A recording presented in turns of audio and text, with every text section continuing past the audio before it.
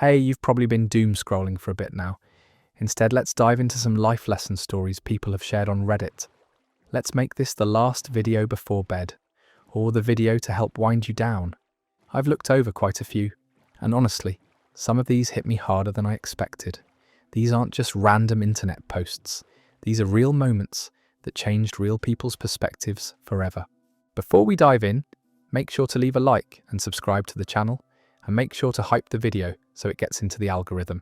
It helps me more than you know. With that, grab whatever, get comfortable, take a deep breath, and let's explore some stories that might just shift how you see the world. Trust me, by the end of this, you'll probably look at your own life a little differently. Let's jump right in. Our first story comes from someone who learned that kindness can show up in the smallest moments when you need it most. The stranger who paid for my coffee. This happened about 3 years ago, but I still think about it probably once a week. I was having one of those mornings where everything that could go wrong did go wrong. I overslept, missed my usual train, spilled toothpaste on my shirt, the whole disaster package. I was running about 40 minutes late for work and desperately needed coffee to function like a human being. I rushed into this little coffee shop near my office that I'd been to maybe twice before. Nothing fancy, just one of those places where the barista knows your order if you come in regularly. But since I wasn't a regular, I had to actually think about what I wanted. The line was longer than usual, probably because everyone else was also running late and needed their caffeine fix. When I finally got to the counter, I ordered my usual large coffee with cream and reached into my pocket for my wallet. That's when my stomach dropped. No wallet. I patted down every pocket, checked my bag twice, even looked on the floor thinking maybe I'd dropped it. Nothing. I'd left my wallet on my kitchen counter in my rush to get out the door. The barista was looking at me expectantly, and there were probably 6 people behind me, in line getting increasingly impatient. I could feel my face turning red as I stammered out an explanation about forgetting my wallet and how sorry I was for holding up the line. I was about to just leave and face the day without coffee, which honestly felt like adding insult to injury at that point. That's when the woman behind me stepped forward. She was probably in her 50s, wearing scrubs like she worked at a hospital or clinic nearby. She didn't make a big show of it or anything, just quietly told the barista she'd cover my coffee. I tried to protest, saying I could come back later or just skip it, but she insisted. She said we all have those mornings and that she hoped someone would do the same for her daughter if she was in a similar situation. The whole interaction took maybe 30 seconds, but it completely changed my day. Not just because I got my coffee, but because this complete stranger had shown me kindness when I was feeling frazzled and embarrassed. She didn't know me, didn't owe me anything, and probably forgot about the interaction before she even left the coffee shop.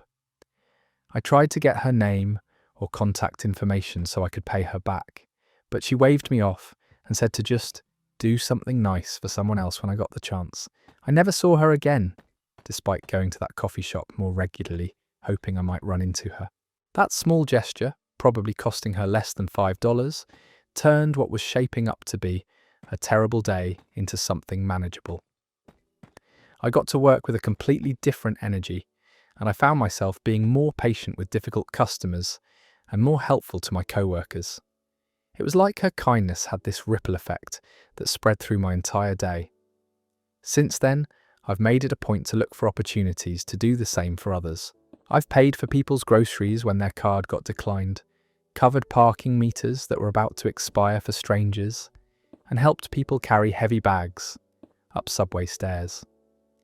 None of these things cost much money or took much time, but I remember how grateful people looked when someone showed them that small kindness. The crazy thing is that doing nice things for others makes me feel almost as good as it felt when that woman helped me. There's something about those tiny moments of human connection that reminds you most people are good, even when the world feels overwhelming or cruel. I still wonder about that woman sometimes. I hope she knows that her simple act of kindness 3 years ago is still inspiring kindness today, and probably will be for years to come. She taught me that you don't need grand gestures or lots of money to make a real difference in someone's life. Sometimes all it takes is recognizing when someone is having a rough moment and deciding to help, even in the smallest way. That story ends there.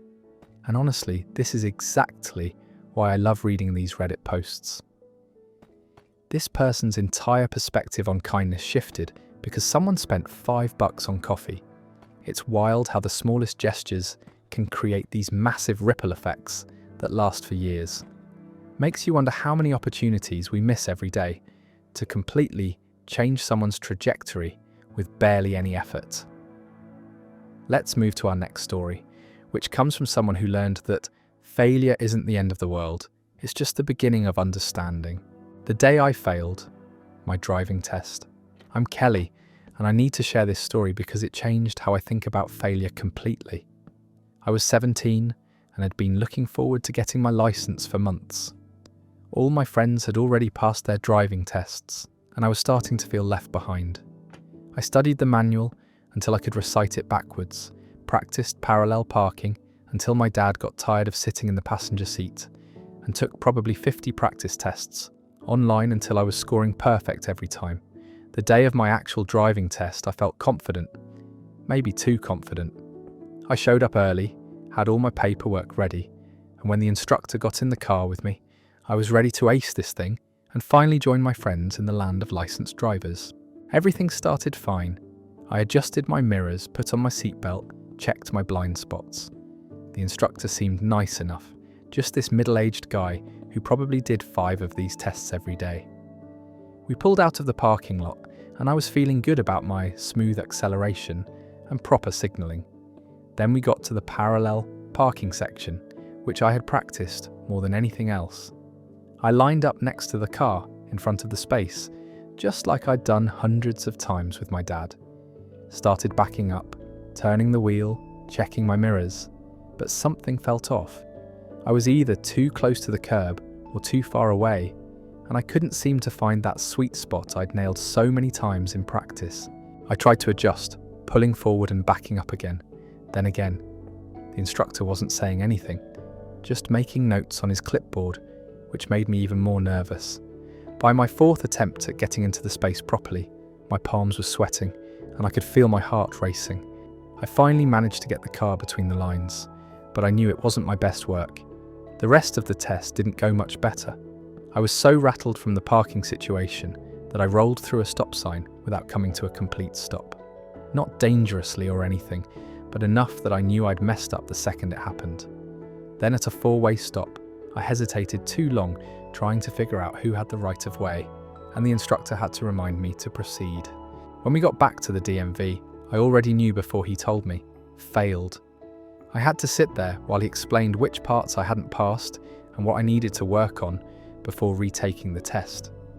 The parallel parking, the rolling stop, and something about not being decisive enough at intersections. I was mortified.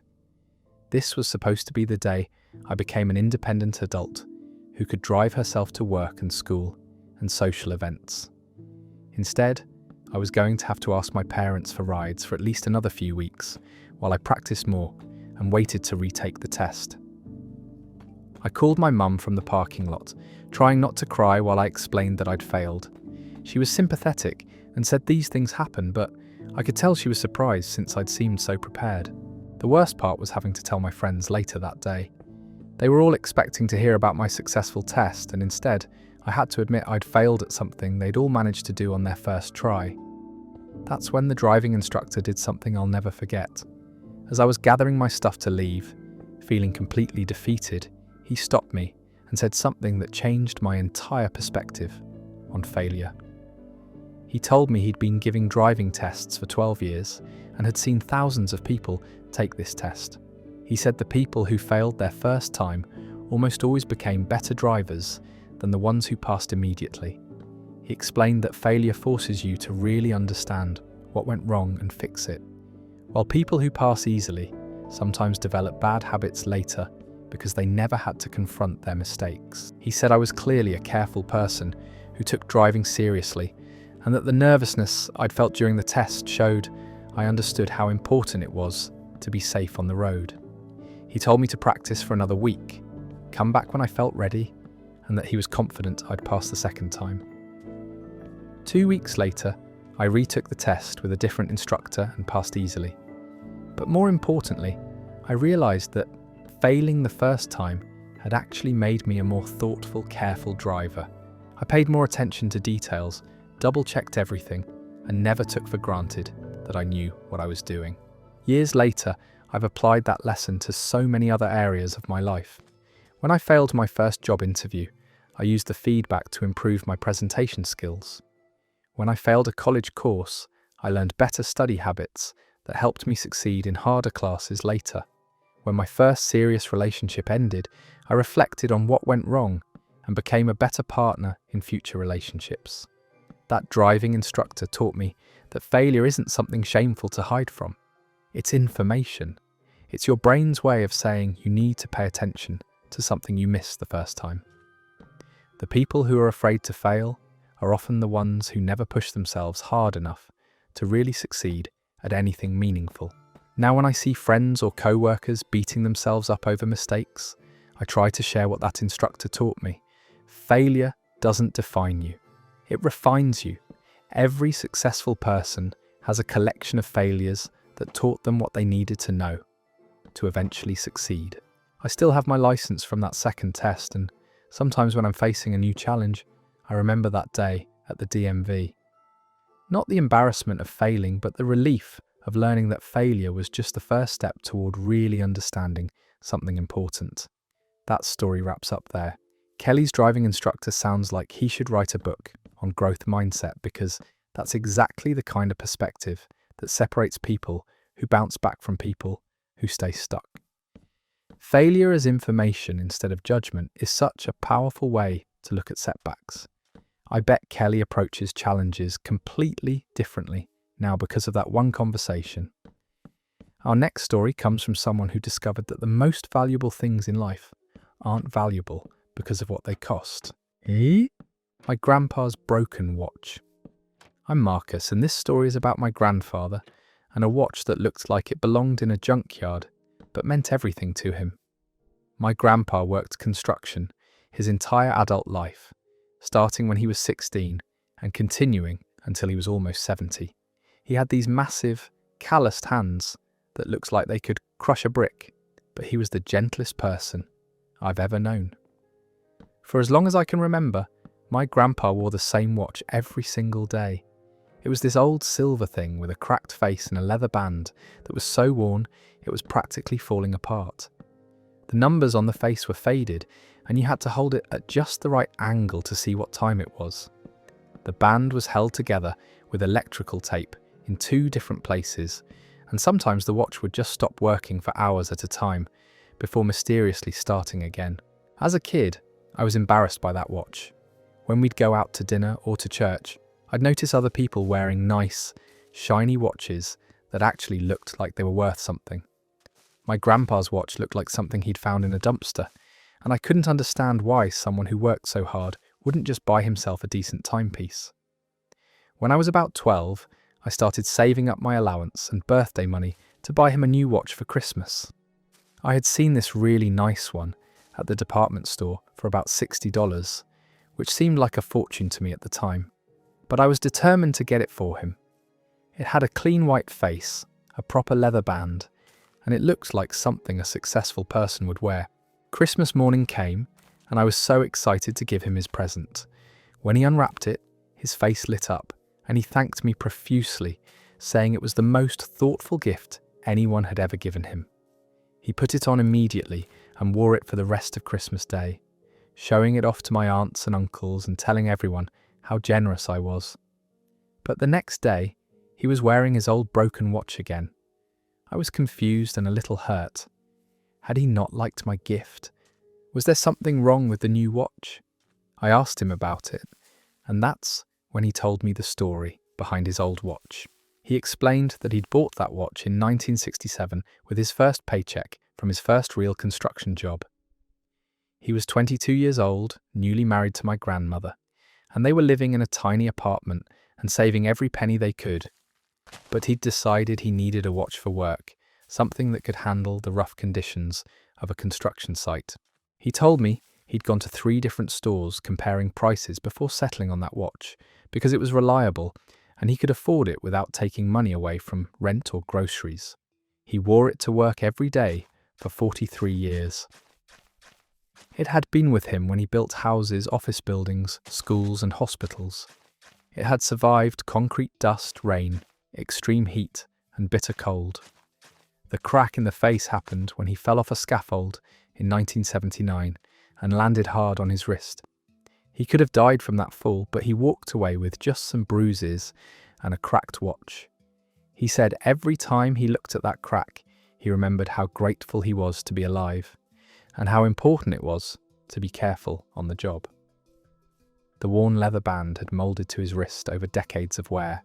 He showed me how it fit perfectly, how he could tell the time, even in the dark, just by the way it felt on his arm. He said that watch had been with him through every important moment of his working life, through promotions and layoffs, good days and terrible days. Most importantly, he told me, that watch represented something valuable that had nothing to do with money. It represented 43 years of showing up to work, of providing for his family, of building things that would last long after he was gone. Every scratch and dent was a memory. Every repair was a reminder of his persistence. He said the new watch I'd given him was beautiful, and he would treasure it forever. But he couldn't retire his work watch until he retired from work. That old, broken-looking timepiece was a symbol of his life's work, and he wore it with pride every day. My grandpa finally retired when I was 15, and on his last day of work, he took off that old watch and put it in a small box on his dresser. He wore the watch I'd given him for special occasions after that, but he never threw away his construction watch. When he passed away 2 years ago, my grandmother gave me that old watch. She said he'd wanted me to have it because I was the one who'd cared enough to try to replace it, which meant I was the one who would understand what it really meant. I wear it sometimes now, and every time I look at that cracked face or feel that worn leather band, I think about my grandfather's hands and his dedication to his family. I think about how he found value in persistence and meaning in hard work. I think about how the things that matter most in life aren't the things that look impressive to other people. That watch taught me that worth isn't determined by price tags or appearance. Worth comes from the stories something carries, the memories it holds, the significance we give it through our experiences. My grandfather's broken watch was worth more than any luxury timepiece because it represented a lifetime of love, sacrifice, and dedication. Now when I see something old or worn or seemingly worthless, I try to remember that lesson. I try to look beyond the surface and consider what stories that thing might hold, what meaning it might have for someone else. Value isn't always visible from the outside. That story ends there. Marcus learned something most people never figure out. That meaning beats money every single time. His grandfather wasn't wearing a broken watch. He was wearing a trophy that represented 4 decades of dedication. That's the kind of wisdom that only comes from really paying attention to the people who matter most to you. Let's move on to a story about friendship and the painful lesson that authenticity matters more than popularity. The time my friend died to impress others. This one's from someone who learned the hard way that fake friends and fake stories eventually catch up with you. I'm going to keep this person anonymous because honestly, the betrayal they experienced was rough enough without putting their name out there. I had this friend in high school named Jake, who I thought was one of the coolest people I'd ever met. We became close during our sophomore year when we got paired up for a chemistry lab, and from day one, Jake had these incredible stories about his life outside of school. He talked about going to exclusive parties with college kids, dating girls from private schools in other towns, and having these wild adventures that made my weekend plans of playing video games seem pretty pathetic. Jake would come to school on Monday mornings with detailed stories about concerts he'd been to, fights he'd broken up, celebrities he'd supposedly met at some event his older cousin had brought him to. He always had just enough specific details to make everything sound completely believable, and he told these stories with such confidence that I never thought to question them. Other kids at school started gravitating toward Jake because of these stories. He became this magnetic personality that everyone wanted to be around, and by association, I suddenly found myself part of the popular crowd for the first time in my life. It felt amazing to be included in conversations with people who had never noticed me before Jake and I became friends. The stories kept getting bigger and more elaborate as Jake realised how much attention they brought him. He started talking about his dad's connections in the music industry, weekend trips to exclusive resorts, and expensive gifts he'd supposedly received from mysterious relatives. He'd show up wearing new clothes or accessories and spin elaborate tales about where they came from. I started feeling pressure to contribute interesting stories of my own, but my life was pretty normal compared to Jake's supposed adventures. I felt boring and ordinary next to his constant stream of excitement, so I began stretching the truth about my own experiences. Nothing major at first, just making ordinary events sound more dramatic or interesting than they actually were. But Jake's influence was changing me in ways I didn't recognize at the time. I started judging other people by how interesting their stories were, dismissing kids who lived normal lives like mine as boring or beneath me. I was becoming someone I wouldn't have liked if I'd met him before Jake came into my life. The whole thing came crashing down during our junior year when Jake made a mistake that exposed everything. He told this elaborate story about meeting some famous musician at a concert the previous weekend, complete with details about backstage access and getting phone numbers from the band members.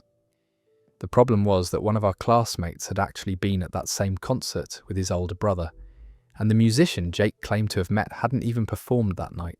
When confronted about the inconsistency, Jake tried to cover by saying he'd mixed up which concert it was, but the damage was done. People started looking more critically at all of his stories, and once you start questioning one lie, it becomes easier to spot the others. The expensive clothes turned out to be knockoffs he'd bought online. The exclusive parties were actually just regular house parties he'd heard about secondhand. The celebrity encounters were complete fabrications. The most painful part was realizing that I'd been complicit in the deception. I'd never directly called Jake out when his stories seemed too good to be true, and I'd started exaggerating my own experiences to keep up with his fictional lifestyle. I'd become someone who valued impression management over honest friendship. When everything came to light, the social circle that had formed around Jake's stories dissolved immediately. People felt manipulated and embarrassed that they'd been impressed by lies, but more than that, they felt like Jake had made fools of them by treating their genuine friendship and admiration as something he could manipulate for his own ego. I tried to maintain my friendship with Jake after the truth came out, thinking maybe we could rebuild something authentic from the wreckage. But I realized that I didn't actually know who Jake was underneath all the stories. Our entire friendship had been built on a foundation of lies and performance, and without that, we didn't have much in common. Jake transferred schools partway through our senior year, and I heard later that he'd tried to reinvent himself at his new school with a completely different set of fabricated stories. Some people just can't seem to accept that their real life is enough to build genuine relationships on. The experience taught me that authenticity might not always be the most impressive option, but it's the only one that builds lasting connections. People can sense when you're being real with them, and that honesty creates trust that no amount of exciting stories can match. I'd learned to appreciate friends who lived ordinary lives, but shared them honestly over people who spun elaborate tales to capture attention. Real friendship is built on shared experiences and genuine connection, not on being impressed by each other's highlight reels. Now, when I meet someone who seems to have unusually exciting stories about everything in their life, I pay attention to how they treat people when there's nothing to be gained from impressing them. That usually tells you everything you need to know about whether their friendship is worth pursuing. That story ends there. Jake basically turned himself into a human Instagram feed, all highlight reel and no substance. The saddest part is that he probably had qualities worth knowing, but he buried them under so many lies that nobody ever got to see who he really was. Authenticity isn't always flashy, but at least it's real. When you build friendships on lies, you're not really building friendships at all. Let's move to a story about how one teacher's belief can completely change the trajectory of someone's life. The teacher who believed in me. I'm Sarah, and this story is about Mrs. Rodriguez and how she saw something in me that I didn't even know existed. I was in 8th grade, going through that awkward phase where everything feels terrible and nothing seems to go right. My parents were going through a messy divorce.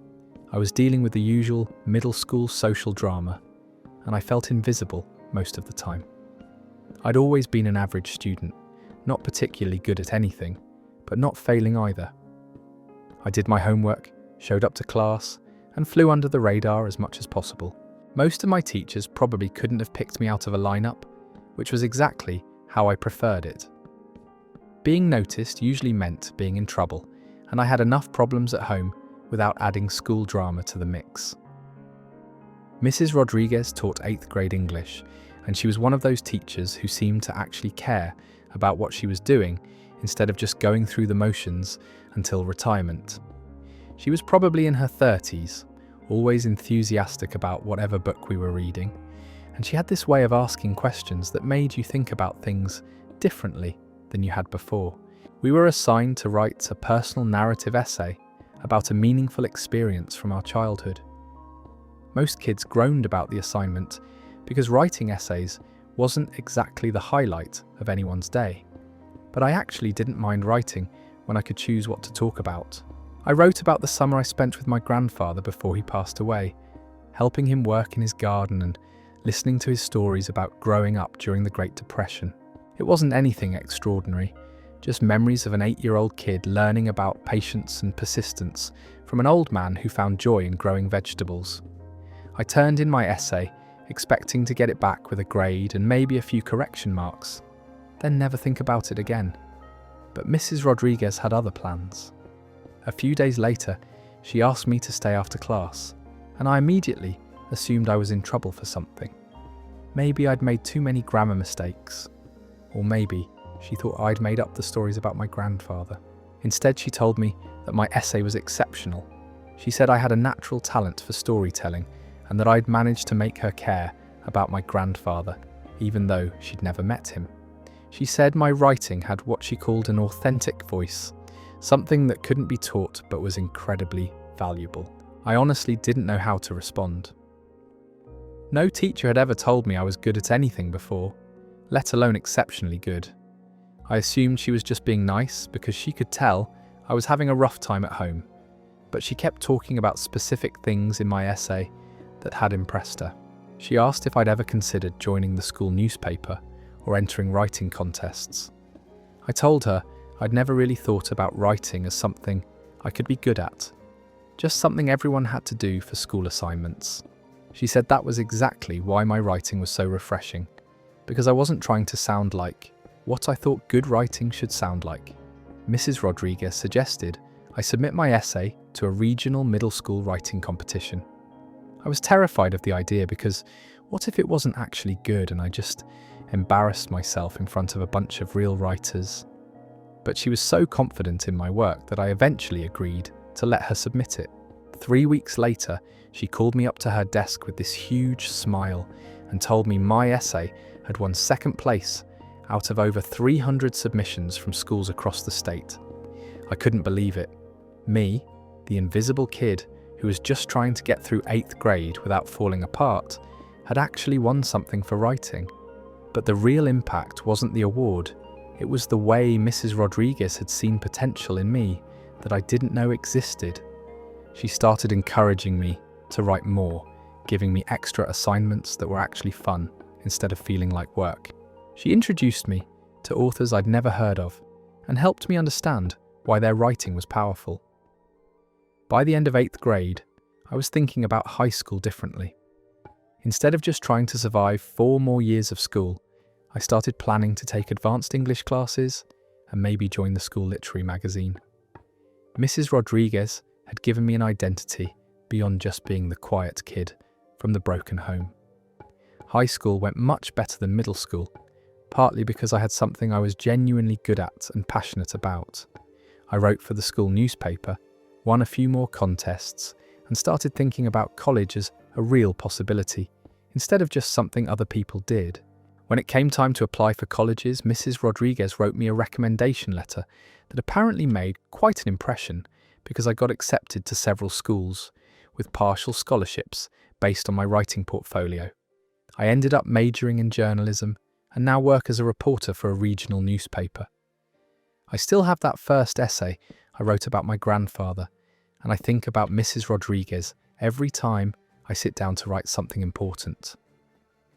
She taught me that everyone has stories worth telling, but more importantly, she taught me that believing in someone can literally change their life trajectory. Last year, I went back to visit my old middle school and found Mrs. Rodriguez still teaching 8th grade English. I brought her a copy of an investigative series I'd written that won a state journalism award, and I told her that none of it would have happened without that first conversation after class 15 years ago. She said she remembered that essay and that she still used it as an example of authentic voice when teaching her current students. She said she'd always known I had something special, but that the real credit belonged to me for having the courage to develop that gift once I knew it existed. The truth is, I probably had that writing ability all along, but I never would have discovered it without someone taking the time to notice and encourage it. Mrs. Rodriguez didn't just teach me about writing.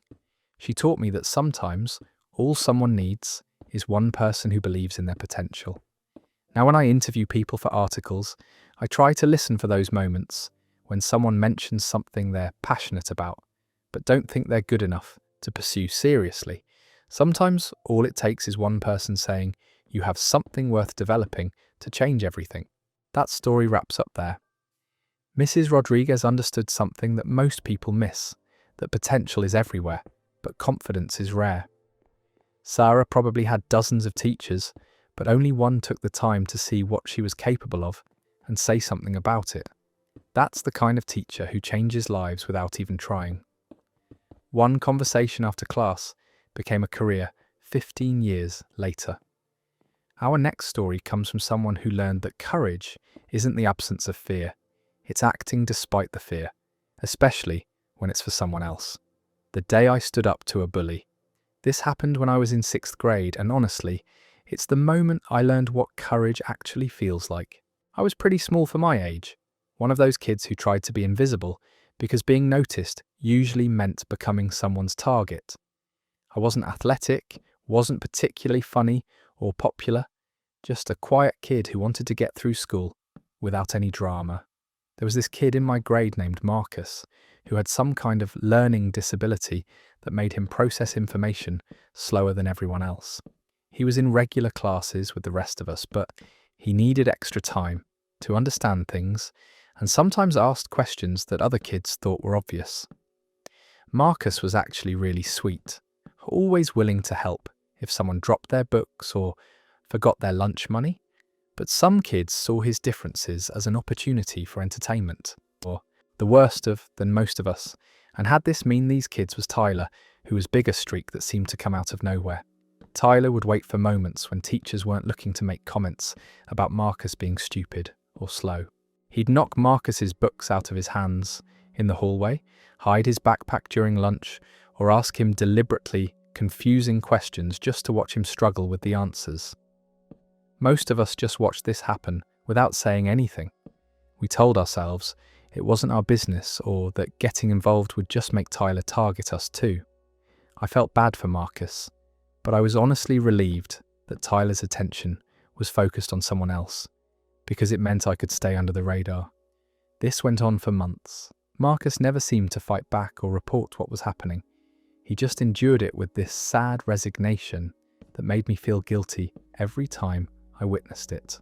I started avoiding situations where I might have to watch Tyler torment Marcus because seeing it made me feel like a coward. The incident that changed everything happened during lunch period in the cafeteria. Marcus was sitting alone at a table near the window, eating his sandwich and reading a book like he always did. Tyler and a couple of his friends walked over and started their usual routine of asking Marcus questions designed to make him look stupid.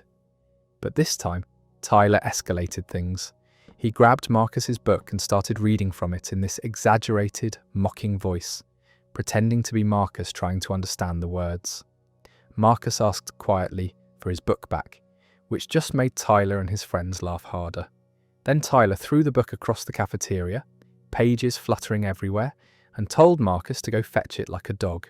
That's when something inside me snapped. I wasn't brave, I wasn't tough, and I definitely wasn't looking for a fight with someone who could easily overpower me.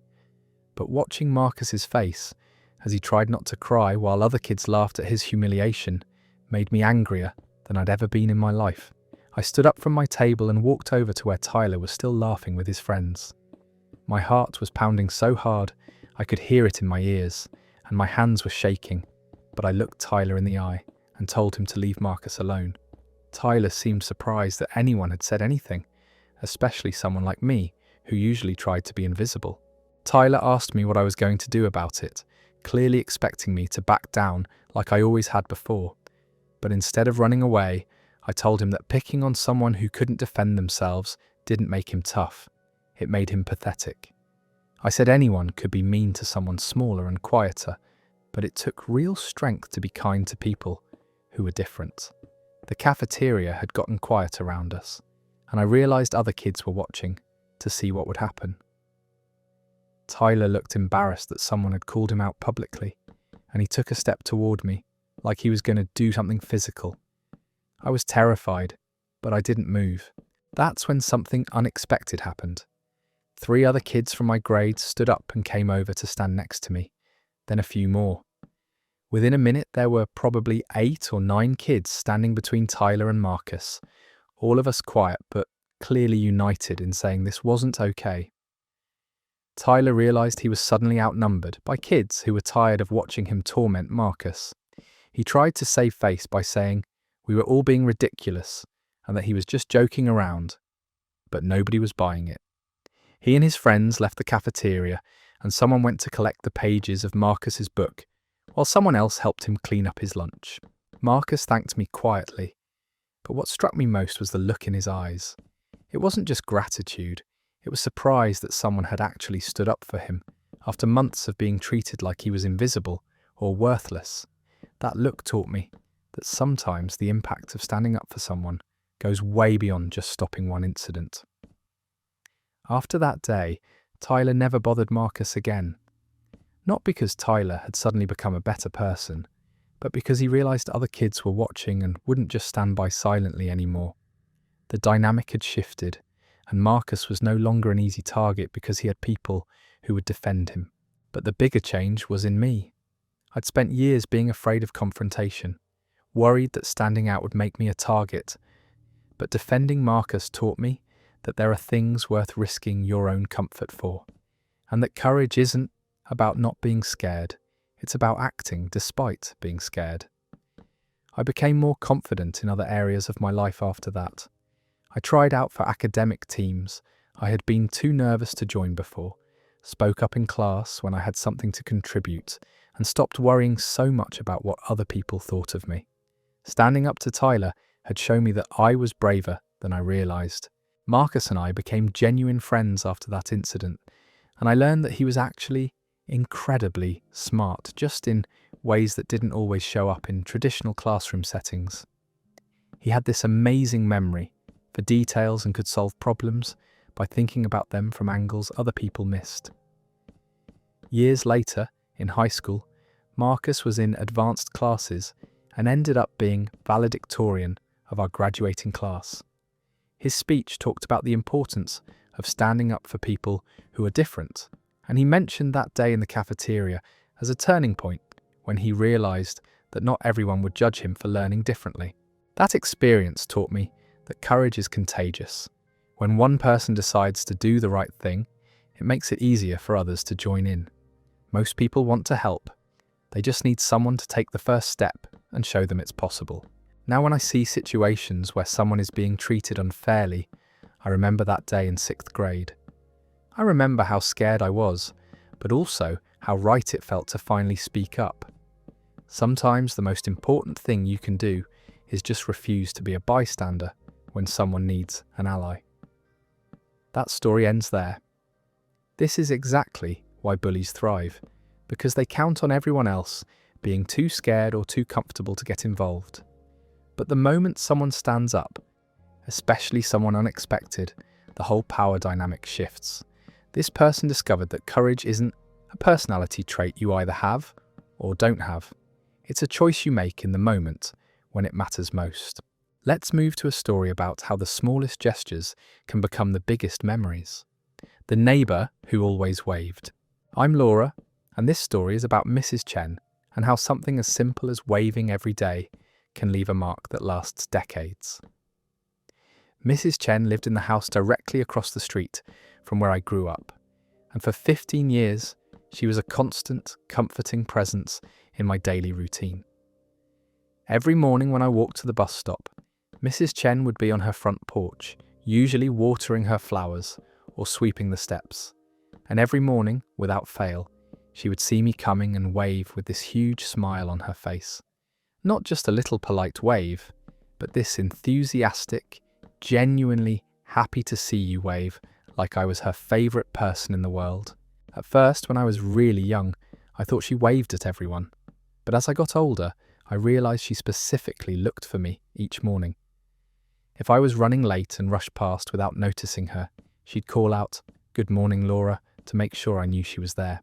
Mrs. Chen didn't speak much English, and I didn't speak any Mandarin, so our communication was limited to waves, smiles, and the occasional hello or have a good day.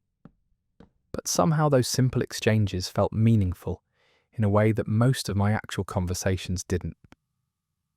During my elementary school years, Mrs. Chen's wave was just part of my morning routine, like brushing my teeth or grabbing my backpack. I took it for granted because it was always there, as reliable as sunrise.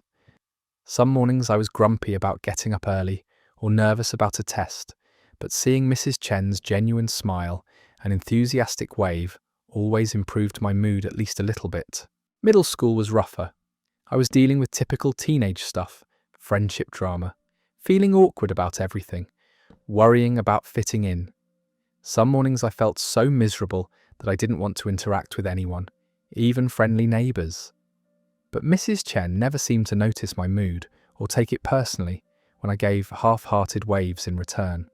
She just kept being consistently, genuinely happy to see me every single day. High school brought new challenges and a more complicated schedule. Sometimes I'd miss the bus and my mum would drive me to school, so I wouldn't see Mrs. Chen for days at a time. But whenever I did walk to the bus stop, there she was, waving like I'd never been gone. During my senior year, when I was stressed about college applications and felt like everything was changing too fast, Mrs. Chen's daily wave became this anchor of consistency in my life. The morning routine continued through all 4 years of high school. Even when I was running late, even when it was raining, even when I was having the worst day imaginable, Mrs. Chen was there with her wave. I started to realise that her consistency wasn't just coincidence. She was choosing to be there every morning, choosing to look for me, choosing to start my day with kindness. When I left for college, I made sure to go across the street and thank Mrs. Chen for all the years of morning waves. She seemed surprised that I wanted to thank her for something so simple, but she was clearly touched. She gave me a hug and said in her limited English, "You good girl, Laura, I miss you." During my college years, whenever I came home for breaks, Mrs. Chen would somehow know I was back and would be on her porch the next morning, waving like no time had passed at all. Those waves felt different now, less routine and more precious, because I understood how rare it is to find someone who shows up consistently with genuine kindness. After college, I moved to a different city for work, but I'd visit my parents a few times a year. Mrs. Chen was getting older and wasn't on her porch as often, but when she was, she'd still wave with that same enthusiasm. Her hair was greyer and she moved more slowly, but her smile when she saw me was exactly the same. The last time I saw Mrs. Chen was during a visit home about 3 years ago. She was in her 80s by then and using a walker, but she was still on her porch some mornings. When she saw me walking to my car, she waved with both hands, like she used to when I was a kid. I walked across the street to talk to her, and she told me how proud she was, that I'd become successful, and how she'd always known I was special. My mum called me 6 months later to tell me that Mrs. Chen had passed away peacefully in her sleep. The funeral was beautiful, and I was amazed to learn how many people in our neighbourhood had similar stories about Mrs. Chen's small acts of daily kindness. She had been waving to kids on their way to school for decades, not just me. At the funeral, Mrs. Chen's daughter told me that her mother had specifically mentioned me in her final weeks.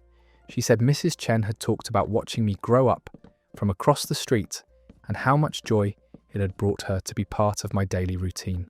She said her mother considered all the neighbourhood kids her extended family, and that waving to us each morning was one of her favourite parts of every day.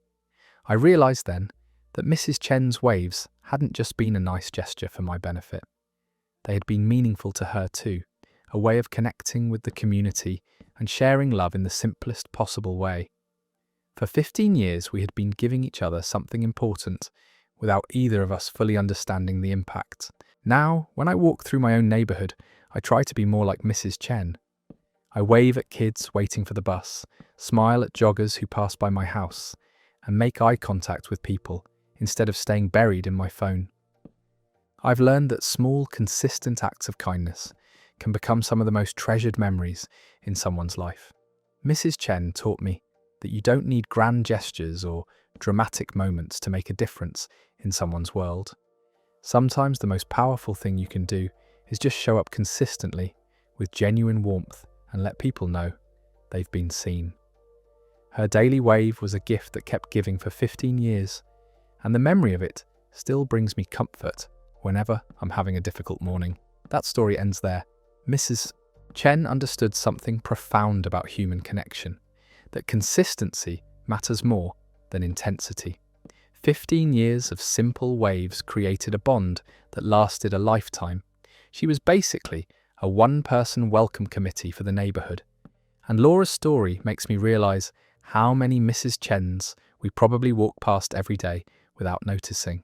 Those small gestures that feel routine to us might be the highlight of someone else's morning. Our next story comes from someone who learned that honesty still exists in the world when you least expect it. The time I lost my wallet. This happened about 5 years ago during what was supposed to be a routine grocery shopping trip that turned into one of those moments that restores your faith in humanity. I'm Darren, and I'll be honest, I used to be pretty cynical about people's motivations, especially when it came to money and honesty. I had just finished a long day at work and needed to pick up groceries for dinner. It was one of those weeks where everything felt expensive and my budget was tight, so I'd carefully planned out exactly what I needed to buy and how much cash to bring.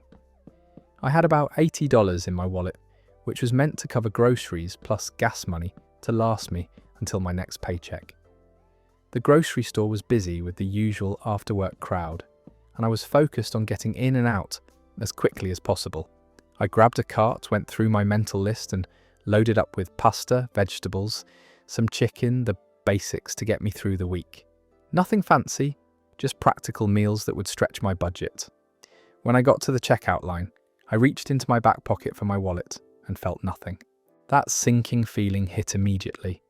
I patted down all my pockets, checked my jacket, even looked in the grocery cart thinking maybe I'd set it down somewhere. The cashier was looking at me expectantly. There were people behind me in line getting impatient, and I was starting to panic. I told the cashier I'd somehow lost my wallet and asked if I could leave my groceries there while I retraced my steps through the store. She was understanding and said she'd hold everything for 20 minutes while I looked around. I spent those 20 minutes checking every aisle I'd been down, asking customer service if anyone had turned in a wallet, even checking the parking lot in case it had fallen out when I got out of my car. Nothing. My wallet was just gone. I had to go back and apologise to the cashier, abandon my groceries and drive home empty-handed, trying not to think about the $80 I'd lost or how I was going to buy food for the rest of the week. Worse than the money was the hassle of having to replace my driver's license, credit cards, and insurance cards. That night, I called my bank to report my cards as stolen, started the process of getting a new license, and basically resigned myself to the fact that my wallet was gone forever. I figured whoever found it had probably taken the cash and thrown the rest away. That's just how the world works, right? People look out for themselves first. 3 days later, I came home from work to find a package on my doorstep with no return address. Inside was my wallet, completely intact. Every credit card, every piece of identification, every receipt I'd stuffed in there over the months. And tucked inside the billfold were all $80, exactly as I'd left them. There was a handwritten note on simple notebook paper that said, "Found this in the grocery store parking lot. Hope it finds its way back to you. Have a good day." No name, no contact information, no expectation of reward or recognition. Just someone who had taken the time to track down my address, probably from my driver's license, and mail my wallet back without taking anything. I stood on my front porch holding that wallet, reading the note over and over, trying to process the fact that a complete stranger had gone out of their way to return money they easily could have kept. This person had spent their own money on postage, taken time to package it up properly, and trusted the postal system to deliver it safely. The more I thought about it, the more impressed I became with the effort involved. They'd had to look up my address, find a box or envelope, drive to a post office or mailbox, pay for shipping, and do all of this without any guarantee that I'd even appreciate the gesture. They could have just turned it into store customer service and been done with it. I tried to figure out who might have found it so I could thank them properly. I called the grocery store to see if anyone had mentioned finding a wallet, posted on neighborhood social media groups, asking if anyone knew who might have returned it. Even asked my neighbors if they'd seen someone delivering packages, but whoever had done this clearly wanted to remain anonymous. That experience completely changed how I think about human nature and honesty. I'd been operating under the assumption that most people would take advantage of a situation, like finding someone's wallet. But this person had proved me wrong.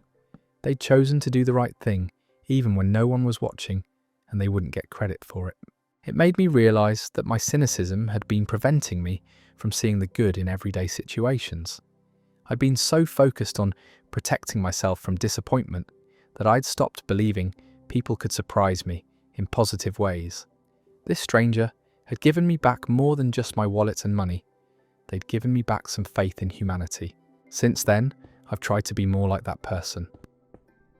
I returned a phone I found at a coffee shop by calling the most recent number in the contact list. I turned in a $20 bill I found in a parking lot to the store manager instead of keeping it. I helped a confused tourist who was clearly lost find their way back to their hotel. None of these things were huge gestures, just basic decency that costs nothing but makes someone else's day a little better. But I probably wouldn't have made those choices if I hadn't experienced firsthand how meaningful it is when someone chooses honesty over opportunity. I still have that note tucked away in my desk drawer. Sometimes when I'm having a particularly rough day or feeling pessimistic about the world, I read it again and remember that there are people out there who do the right thing simply because it's right. That stranger taught me that integrity isn't dead, it's just quiet. That story ends there. Honestly, this is the kind of thing that makes you want to be a better person just because someone else was decent when they didn't have to be. Darren got his wallet back, but he also got something way more valuable, proof that good people exist when you're not even looking for them. It's wild how one anonymous act of honesty can completely shift someone's worldview. Moving on to our next story about learning that sometimes what feels like the worst thing that could happen is actually setting you up for something better. The coach who benched me.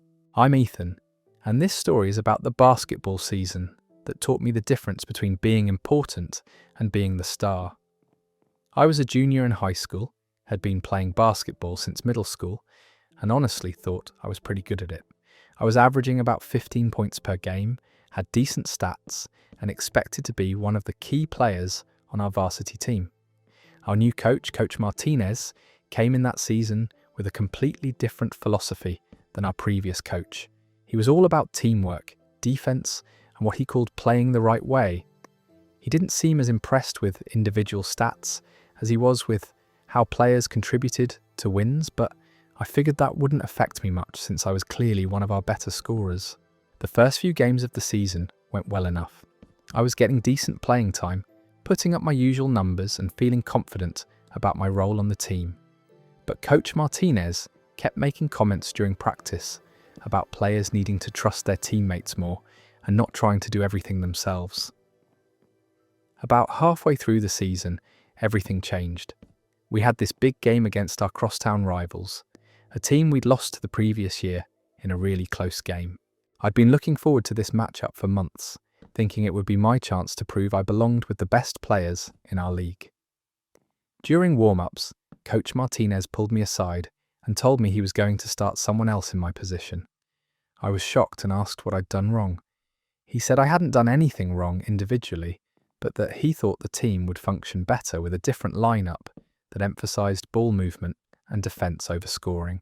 I spent the first quarter on the bench watching my replacement, a guy named Mike who averaged maybe 6 points per game, running plays with the starters. I was furious. Mike was a decent player, but he wasn't a scorer like I was. How could the team be better with someone who contributed less offense? But as I watched the game unfold, I started noticing things I'd missed when I was focused on my own performance. Mike wasn't scoring much, but he was setting screens that freed up other players for better shots. He was diving for loose balls, playing tough defense, and making passes that led to easy baskets for teammates. Our team was actually playing better basketball than I'd seen all season. The ball was moving more freely because nobody was trying to create their own shot every possession. Players were making extra passes to find open teammates instead of forcing difficult attempts. And our defense was more cohesive because everyone was focused on stopping the other team instead of conserving energy for offense. We won that game by 12 points, our biggest victory of the season. And as much as I hated to admit it, we'd won because the team was playing together in a way that hadn't happened when I was trying to be the primary scorer. Mike had contributed 6 points, 4 assists, and countless little plays that didn't show up in the stat sheet but made everyone else better. After the game, Coach Martinez explained his decision to me.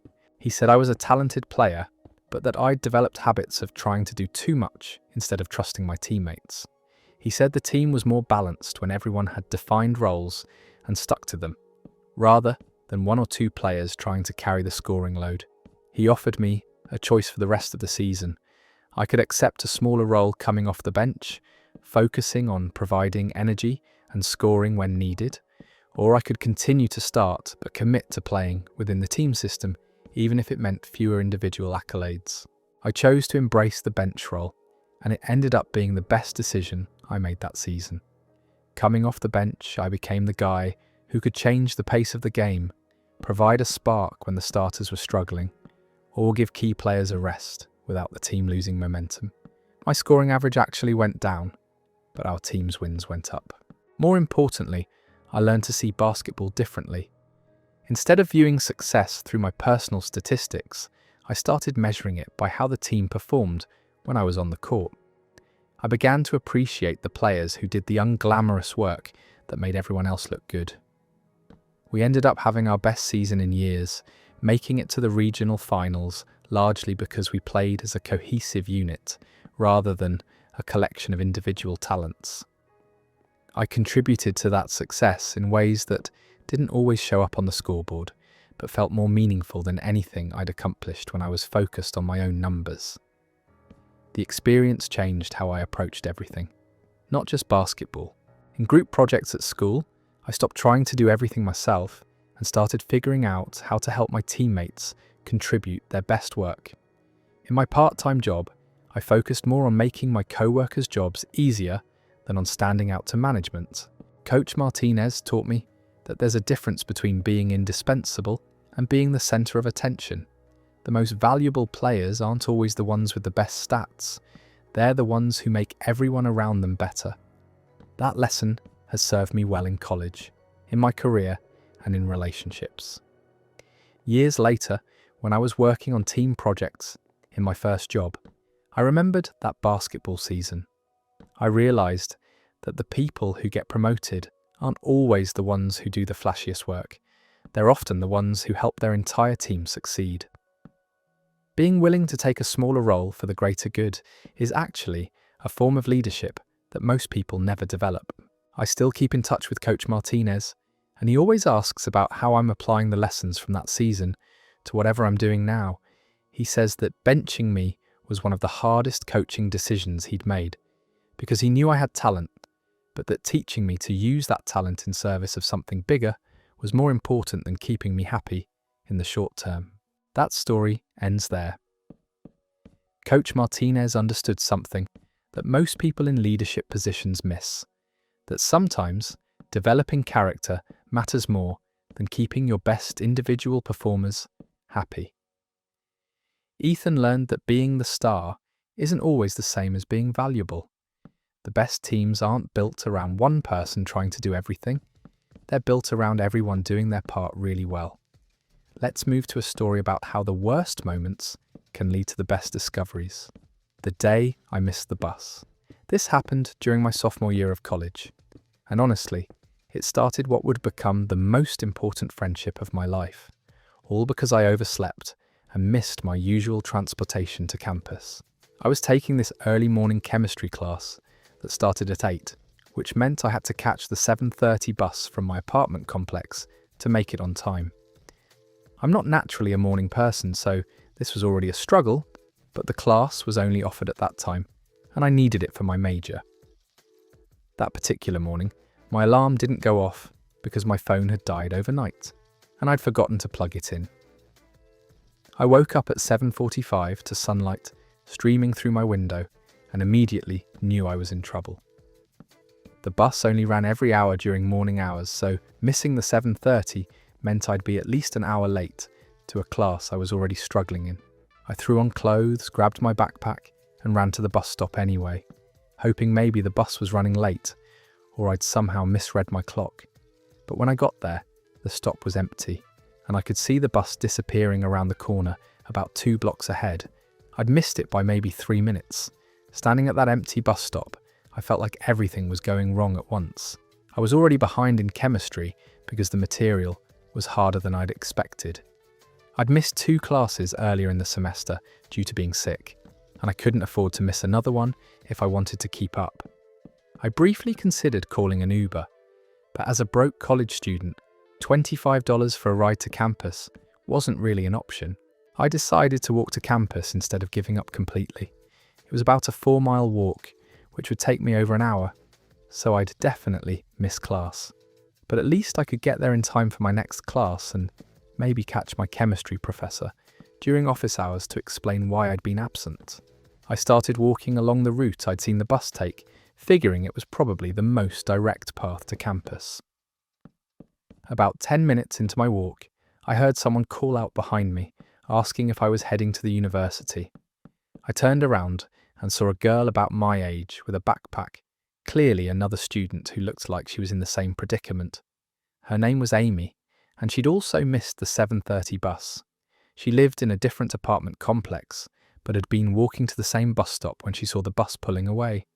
She was also supposed to be in an 8 o'clock class, though hers was statistics rather than chemistry. We commiserated about our terrible timing and decided to walk together since we were going the same direction anyway. What started as shared misery about missing the bus turned into one of the best conversations I'd had since starting college. Amy was funny, in this dry, observational way that had me laughing despite being stressed about missing class. She was a psychology major with a minor in creative writing, and she had this way of talking about people and situations that made ordinary things seem interesting. We talked about everything during that hour-long walk. Our classes, our majors, why we'd chosen this university, what we wanted to do after graduation. Amy had this perspective on life that was different from anyone I'd met before. She was optimistic without being naive, ambitious without being competitive, and genuinely curious about other people's experiences. By the time we reached campus, I'd completely forgotten about being upset about missing chemistry. Amy had made the walk feel like it went by in 15 minutes instead of an hour. We exchanged numbers and made plans to study together since we were both taking math-heavy courses that semester. That missed bus became a weekly tradition. Amy and I would meet at the bus stop, and if we made it, great. If we missed it, we'd walk together and use the time to catch up on whatever was happening in our lives. Some of my favourite memories from college are those morning walks when we'd solve the world's problems or just laugh about ridiculous things that had happened during the week.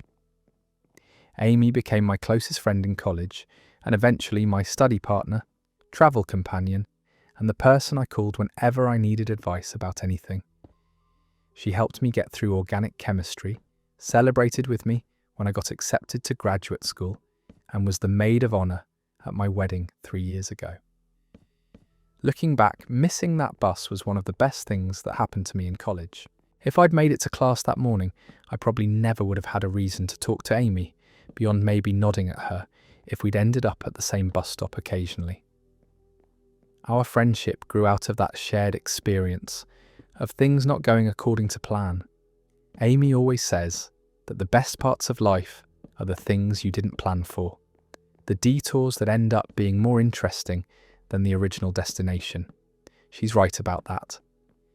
Some of my most meaningful relationships and experiences have come from moments when my original plan fell through and I had to improvise.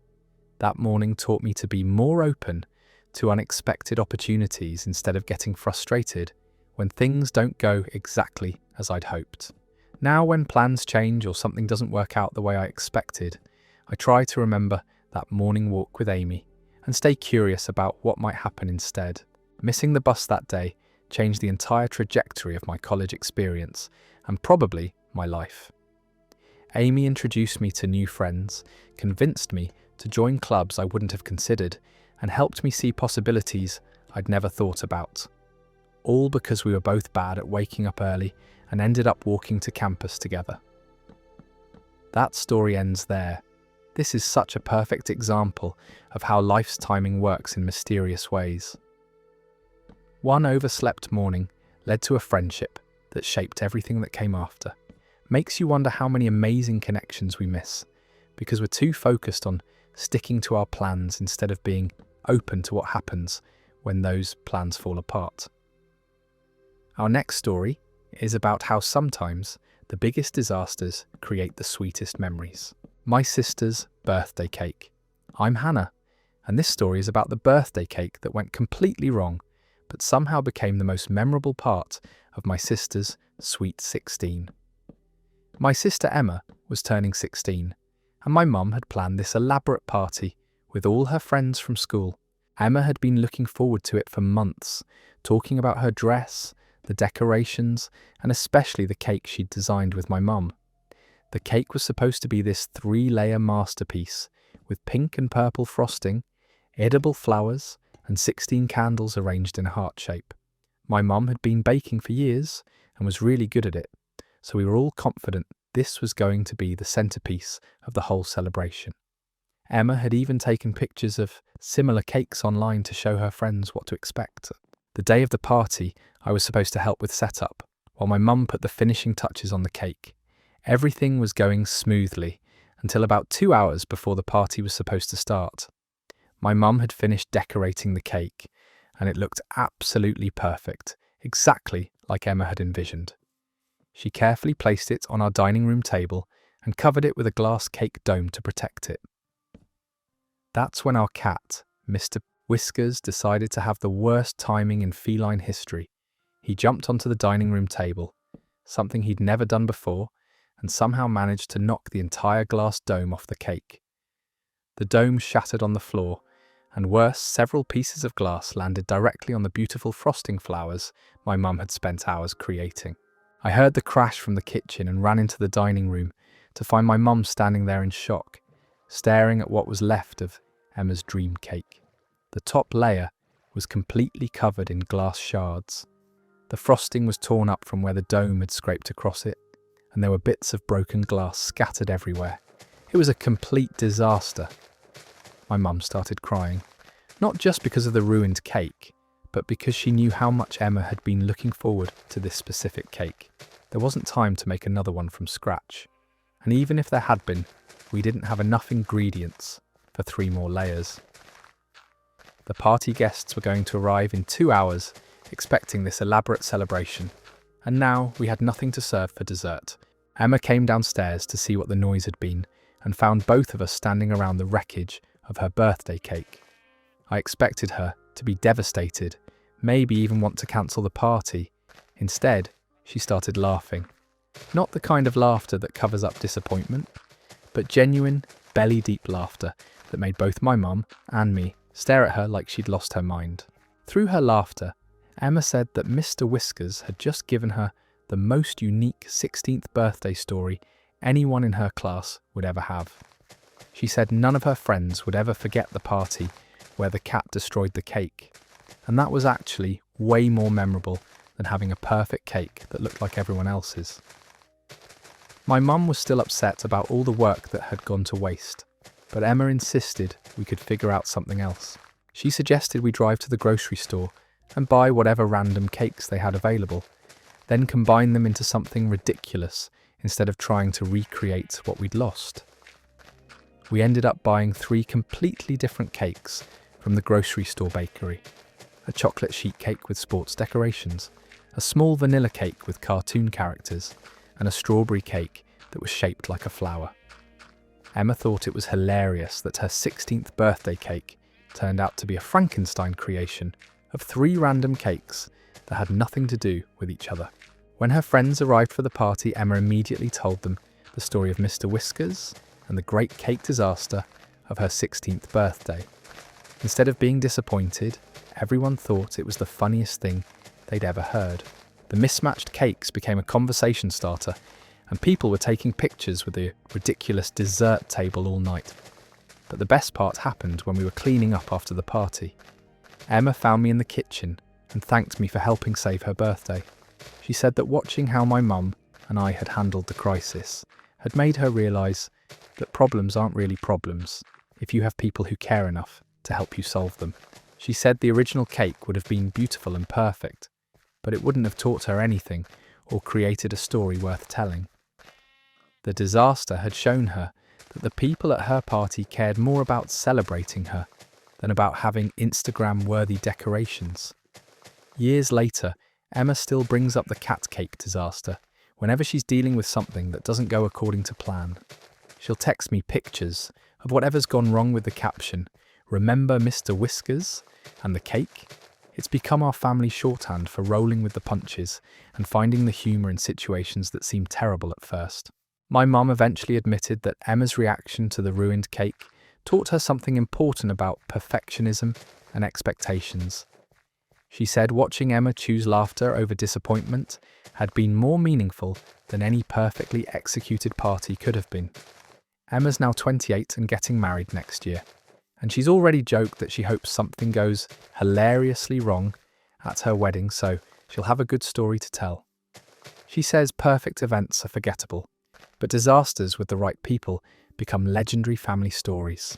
That birthday taught all of us that flexibility and humour can turn the worst moments into the best memories. Sometimes, the things that go wrong end up being the things that go most right, especially when you're surrounded by people who help you laugh instead of letting you panic. That story ends there. Emma had the kind of attitude that turns disasters into adventures, and honestly, she's probably right that nobody remembers perfect parties, but everyone remembers the ones where something hilariously unexpected happened. Mr. Whiskers accidentally gave her the gift of perspective, which is way more valuable than any cake could ever be. Let's move to our next story, about discovering that kindness from strangers can restore your faith in humanity when you need it most. The stranger who returned my phone. This happened about 2 years ago, during what was already shaping up to be one of the most stressful weeks of my life. And it completely changed how I think about trusting people I don't know. I was in my final semester of college, dealing with job interviews, thesis deadlines, and all the anxiety that comes with trying to figure out what you're going to do after graduation. My phone had become basically essential to my survival because it contained my calendar, my thesis research, contact information for potential employers, and pretty much my entire life organised into various apps. That Tuesday morning, I had back-to-back classes, followed by a job interview downtown that I'd been preparing for weeks. The interview was for a position at a company I really wanted to work for, and I'd spent hours researching the organisation and practicing answers to potential questions. Everything was going according to plan until I got on the city bus to head to the interview. The bus was more crowded than usual, and I was standing in the aisle holding onto one of the support poles while trying to review my notes one more time on my phone. About halfway to my stop, the bus hit a pothole hard enough to make everyone stumble a little bit. I managed to keep my balance, but I must have loosened my grip on my phone because when I reached for it a few minutes later to check the time, it was gone. I immediately started looking around on the floor, checking my pockets again, asking the people sitting near where I'd been standing if they'd seen anything. Nothing. My phone had either fallen out of my hand when the bus lurched and gotten kicked under a seat, or someone had picked it up and decided to keep it. Either way, it was gone, and I was about to walk into the most important job interview of my life without any of the information I'd stored on my phone. I got off at my stop feeling completely frazzled. I tried to remember the exact address of the company from memory, but I'd been relying on my phone's GPS to get me there. I ended up having to ask 3 different people for directions and showed up to the interview 15 minutes late and visibly stressed. The interview didn't go well.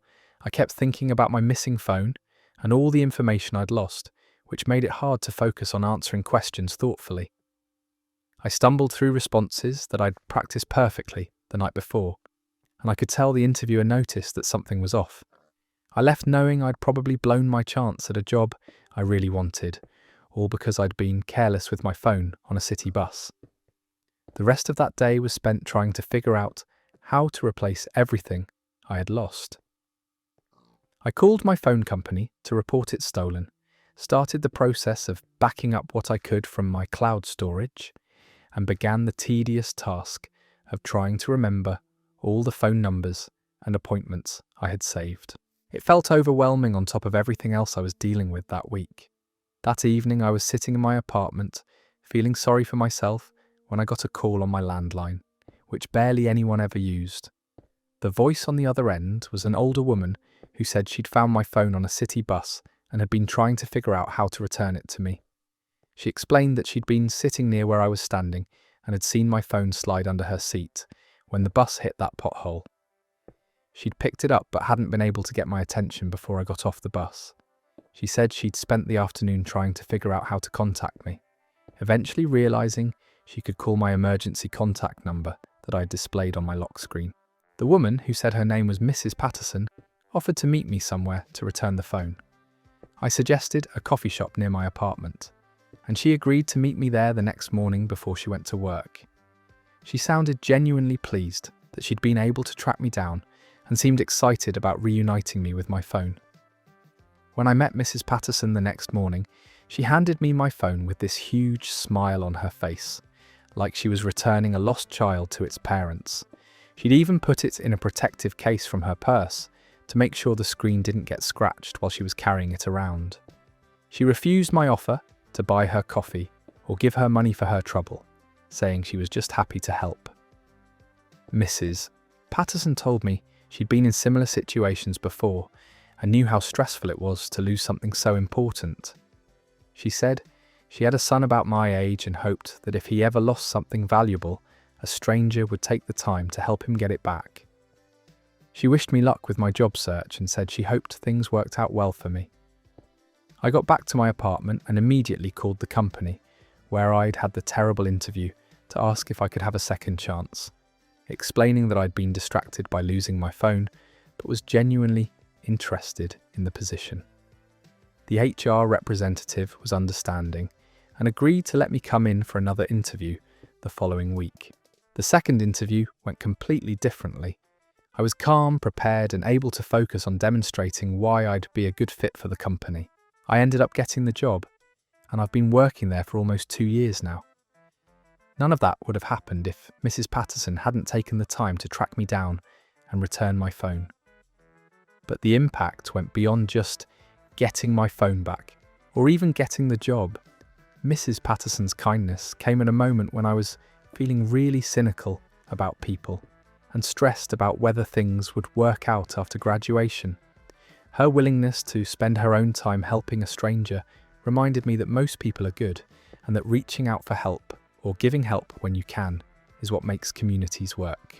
Since then, I've tried to be more like Mrs. Patterson when opportunities arise. I've returned wallets I've found on the street, helped tourists who looked lost, and made an effort to be the kind of person who helps rather than walks by when someone needs assistance. Her example taught me that small acts of decency can have enormous impacts on someone's day or even their life trajectory. I still have Mrs. Patterson's phone number saved in my contacts, and I send her a Christmas card every year to let her know how things are going and to thank her again for what she did. She always writes back with updates about her family and encouragement about whatever challenges I'm facing. That chance encounter on a stressful day turned into an ongoing connection that I treasure. Mrs. Patterson taught me that trustworthiness still exists in the world, even when your faith in people is running low. Sometimes the kindness of a stranger can restore your optimism about humanity at exactly the moment when you need it most. That story ends there. Mrs. Patterson could have easily kept that phone or turned it into the bus company and been done with it, but instead she went out of her way to reunite it with its owner. Her kindness didn't just return a lost item, it restored someone's faith in people at exactly the right moment. Those ripple effects are still spreading years later.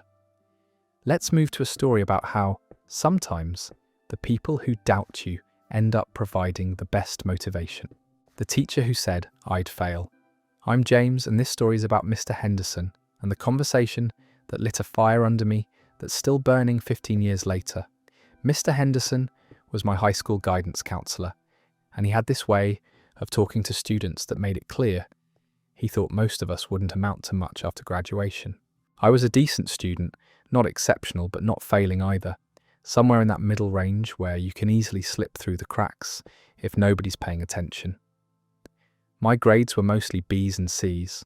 I played JV baseball, but wasn't good enough for varsity, and I didn't have any particular talents that made teachers remember my name after the semester ended. During my junior year, we had these mandatory meetings with guidance counsellors to discuss post-graduation plans. Most of my friends dreaded these meetings because Mr. Henderson had a reputation for being brutally honest about students' prospects, which usually translated to him crushing whatever dreams didn't fit his narrow definition of realistic. When my turn came, I sat down in his cramped office surrounded by college brochures and motivational posters that felt ironic given his pessimistic attitude toward most students. He looked at my transcript for maybe 30 seconds before asking what I planned to do after high school. I told him I was thinking about going to college and maybe studying business or communications. I hadn't decided on a specific career path yet, but I figured college would help me figure that out while giving me more opportunities than just entering the workforce with a high school diploma. Mr. Henderson set down my transcript and gave me this look like I'd just told him I planned to become an astronaut or a professional athlete. He said that based on my grades and test scores, college wasn't a realistic option for someone like me.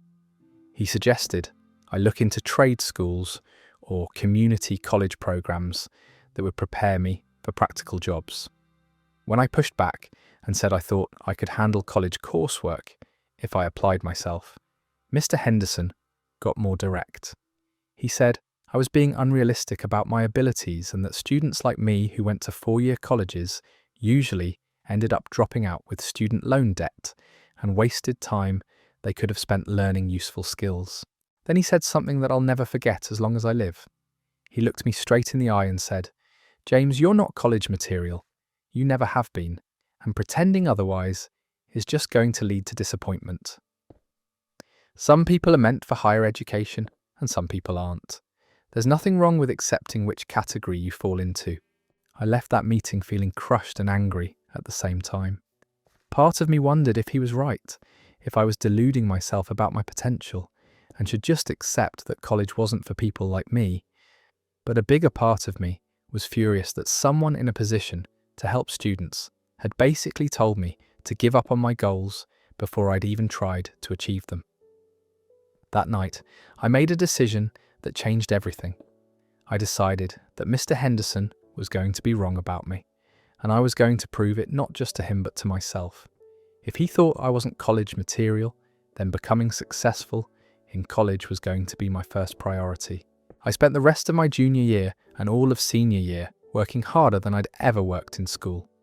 I stayed after class to ask teachers for extra help, formed study groups with students who were getting better grades than me, and actually read the assigned books instead of just skimming them the night before tests. My grades improved dramatically. I brought my GPA up from a 2.8 to a 3.4 by graduation, scored higher on the SAT than Mr. Henderson had predicted, and got accepted to 3 different state universities. When I had to meet with him one final time to submit my college applications, I made sure to mention that I'd been accepted and would be attending the university he'd said was out of my reach. College was challenging, but I was prepared for that. Mr. Henderson's prediction that I'd drop out became motivation every time I felt overwhelmed by coursework or homesick. I'd remember his certainty that I'd fail, and it would give me the energy to push through whatever difficulty I was facing. I graduated with a degree in business administration with a 3.6 GPA, made the Dean's List 3 semesters, and got a job at a consulting firm before graduation. But I wasn't done proving Mr. Henderson wrong yet. I went back to school part-time for my MBA while working full-time because I wanted to show myself that I could succeed at an even higher level of education. 5 years after graduating from college, I was promoted to a management position at my company. 10 years after graduation, I was running my own consulting business. 15 years later, I employ 12 people and have built something I'm genuinely proud of from the ground up. Last year, I was invited back to my high school to speak at a career day event for current students. Mr. Henderson was still working there, though he was close to retirement. After my presentation, he approached me and said he remembered me and was impressed by what I'd accomplished. I thanked him for his role in my success, which seemed to confuse him. I explained that his prediction that I'd fail had been the best motivation I'd ever received. He'd taught me that other people's limitations don't have to become my limitations, and that sometimes the people who doubt you end up doing you the biggest favour. Mr. Henderson seemed uncomfortable with this interpretation, but I meant it sincerely. His lack of faith in my potential had forced me to develop faith in myself. His certainty that I'd fail had made success feel like the most important thing I could achieve. Now when I'm hiring people for my company, I pay attention to candidates who've had to overcome others' low expectations. Those are often the people with the strongest work ethic and the most determination to prove themselves. Being underestimated can be a powerful motivator if you channel it correctly.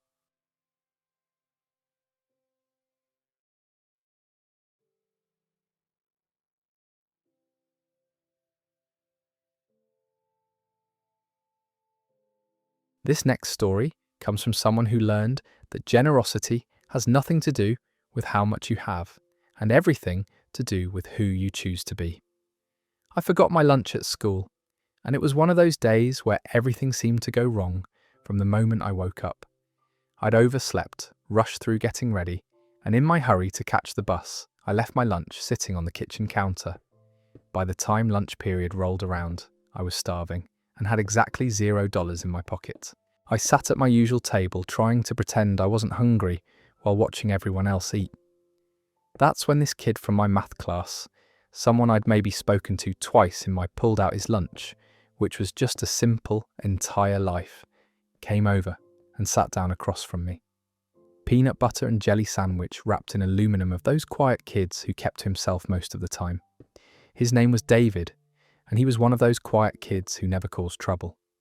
His lunch was simple, nothing fancy, half a sandwich wrapped in foil, an apple, and a small bag of chips.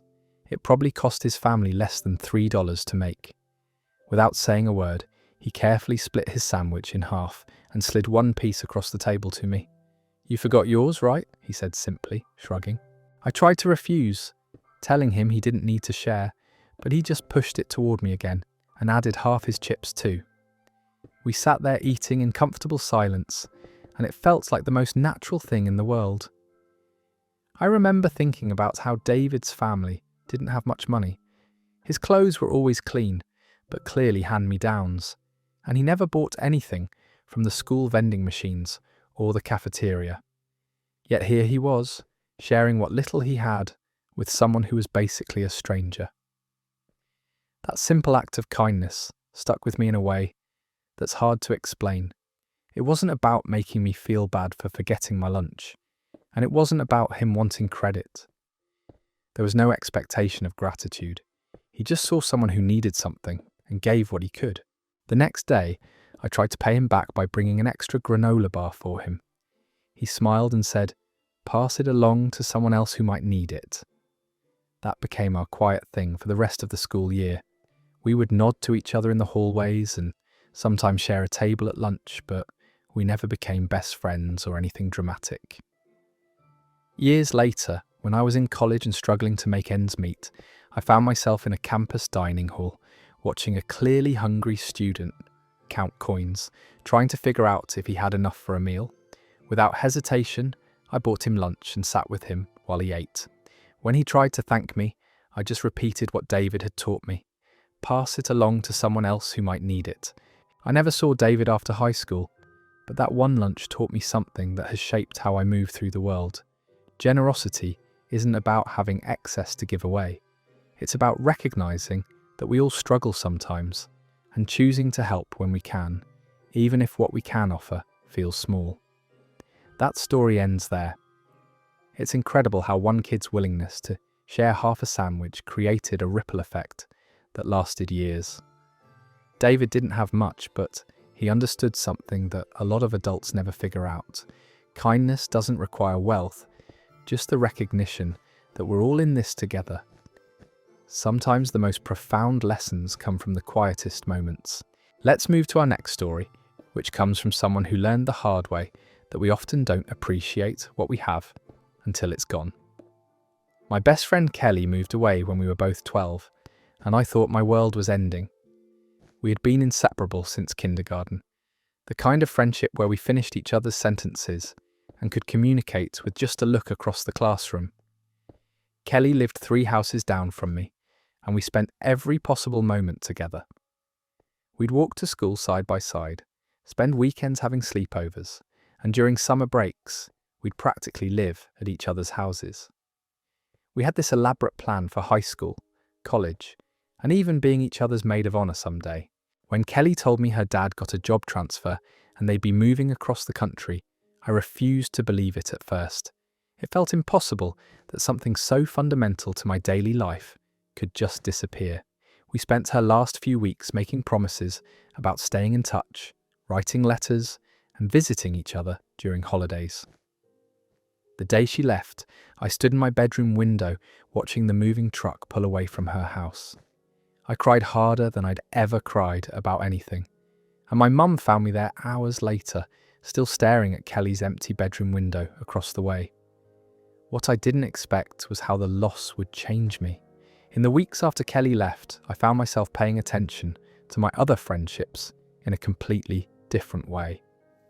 I started noticing when my friend Sarah made jokes that only I would understand, or when my neighbour Emma saved me a seat at lunch without being asked. I began to really listen when my mum told me about her day. Instead of just waiting for my turn to talk, I started appreciating the routine conversations with classmates that I'd previously considered boring small talk. Even arguments with my little brother felt precious because at least he was still there to argue with. Kelly and I did stay in touch for a while, but as we got older and our lives took different paths, the letters became less frequent and the phone calls grew shorter. It wasn't anyone's fault, it was just the natural way these things happen when you're building separate lives in different places. But losing her taught me something invaluable about presence and attention. I learned to value the ordinary moments with people I care about, instead of always waiting for special occasions or dramatic events to show them I appreciate them. Now, when I'm having dinner with friends, I try to really be there instead of thinking about what I need to do later. When my mum calls just to chat, I give her my full attention instead of multitasking. When someone I care about is going through a hard time, I make sure they know I'm available, not just with words but with actions. Kelly taught me that every conversation, every shared laugh, every moment of understanding between people is temporary and precious. She showed me that friendship isn't just about the big moments or the dramatic gestures, but about showing up consistently and paying attention while you have the chance. I'm grateful for the friendship we had, even though it ended earlier than I wanted it to. And I'm grateful for the lesson it taught me about not taking the people in my life for granted. Some of my closest relationships now are stronger because I learned from Kelly that presence is a gift we give each other, and we never know how long we'll have the opportunity to give it. That story is over. The pain of losing Kelly taught her something beautiful about cherishing what's right in front of us. It's one of those lessons that sounds obvious until you actually learn it the hard way. We spend so much time planning for future moments with people that we forget to fully experience the present ones. Sometimes loss is the teacher that shows us how to love better while we still can. Our next story comes from Marcus, who discovered that helping strangers isn't just about the immediate problem you solve. It's about the chain reaction of kindness you set home from work on in motion. I was driving a Friday evening when I heard that unmistakable sound of a tyre going flat. I pulled over to the side of a busy highway, and as I got out to assess the damage, I realised I was in a pretty bad spot. It was getting dark, traffic was heavy, and I was on a stretch of road with no businesses nearby. I'd changed a tyre before, but never on a highway with cars flying past at 60 miles per hour.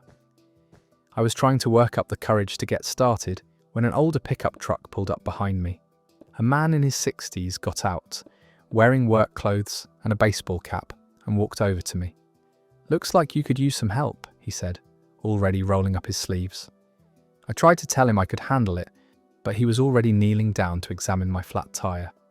He introduced himself as Frank and told me to just stay back and keep an eye out for traffic while he worked. Within 15 minutes, he had my tyre changed and was loading my flat into my trunk. When I tried to give him money for his time, Frank shook his head and said, "Just pass it along to someone else who needs help." That's how back in his truck, and drove away before this works. He got so I could even properly thank him. I stood there for a moment, watching his taillights disappear into traffic, feeling overwhelmed by this stranger's kindness.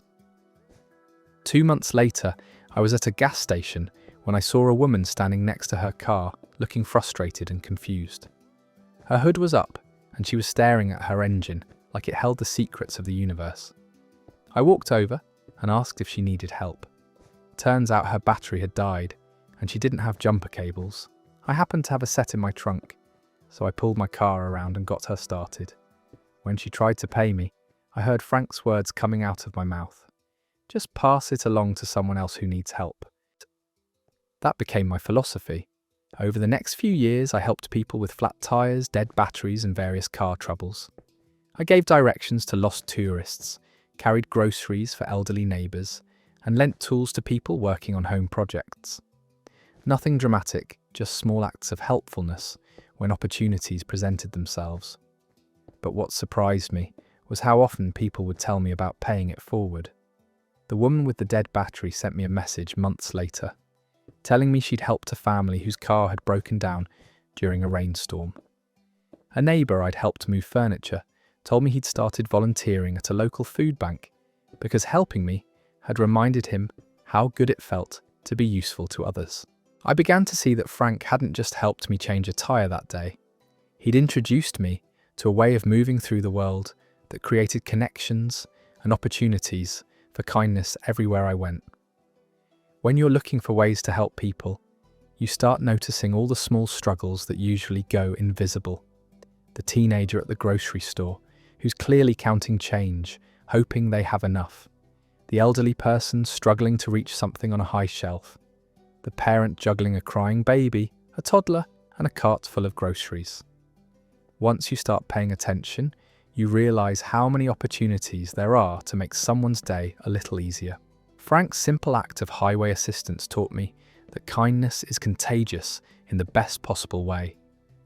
Every time you help someone, you're not just solving their immediate problem, you're showing them what's possible when people care about each other. And often that lesson gets passed along to the next person they encounter who needs help. I never saw Frank again, but I think about him every time I stop to help someone. He gave me more than roadside assistance that day. He gave me a blueprint for how to be a better human being, one small act of service at a time. That story wraps up there. Marcus learned something powerful about the ripple effects of kindness from a stranger who refused payment for changing a tire. Frank understood that helping others isn't a transaction, it's a movement. When you help someone without expecting anything in return, you're not just solving their problem, you're teaching them how to solve someone else's problem down the road. It's like planting seeds of generosity that bloom in ways you'll never see. Our failure isn't the opposite of success.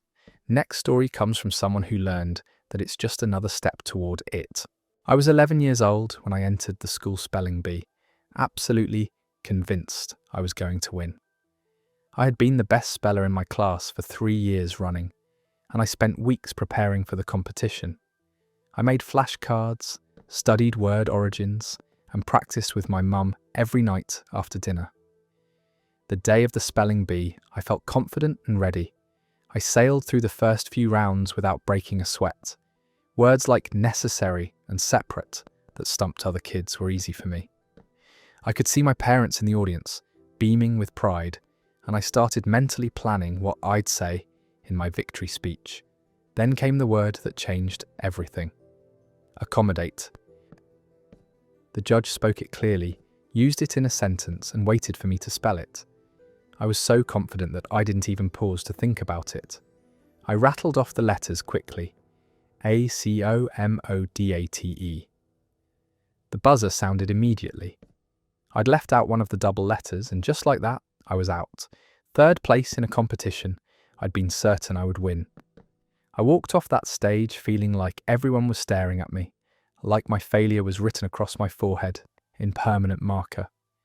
I cried in the bathroom afterward, not because I'd lost, but because I'd been so overconfident. I realised I hadn't actually studied as I had.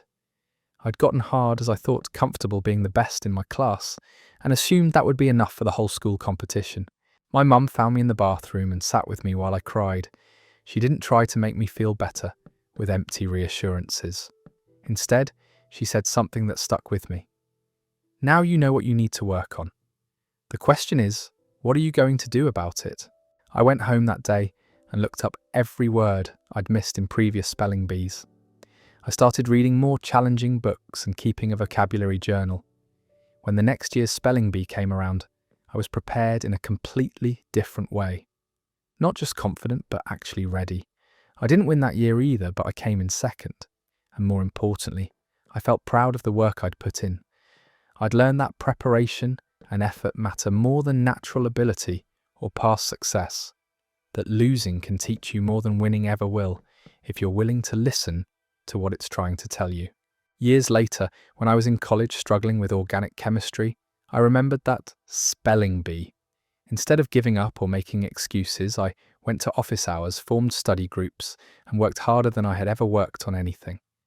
I ended up with an A in that class, but the grade wasn't the real victory. The real victory was learning that failure doesn't define you unless you let it. That 11-year-old who misspelled accommodate taught me that confidence without preparation is just wishful thinking. She taught me that the sting of failure fades, but the lessons it teaches can last a lifetime if you're brave enough to learn from them. That story concludes there. Sometimes the losses that hurt the most are the ones that teach us the most. Getting knocked down when you least expect it can be brutal, but it's also often the wake-up call that pushes you to actually grow. That spelling bee failure probably did more for their character than winning ever could have. Let's move to our next story, which completely changed a student's trajectory, shows how one teaches patience.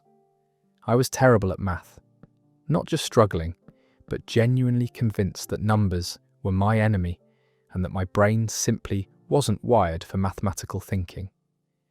By 8th grade, I was barely passing algebra, and I'd started to accept that I was just going to be one of those people who isn't good at math. My teacher, and she was different that year, was Mrs. Rodriguez from any math teacher I'd had before. Instead of rushing through lessons or making students feel stupid for not understanding, she had this way of breaking down problems that made them feel manageable. But even with her patient teaching style, I was still drowning. About halfway through the semester, I failed a major test spectacularly. We're talking a 38% kind of failure. I was mortified and ready to accept that I should probably just focus on English and history, subjects that came more naturally to me. After class that day, Mrs. Rodriguez asked me to stay behind. I figured she was going to suggest I drop down to a lower level math class, or maybe recommend tutoring that my parents couldn't afford. Instead, she pulled out my test and said, "I can see exactly where you're getting confused.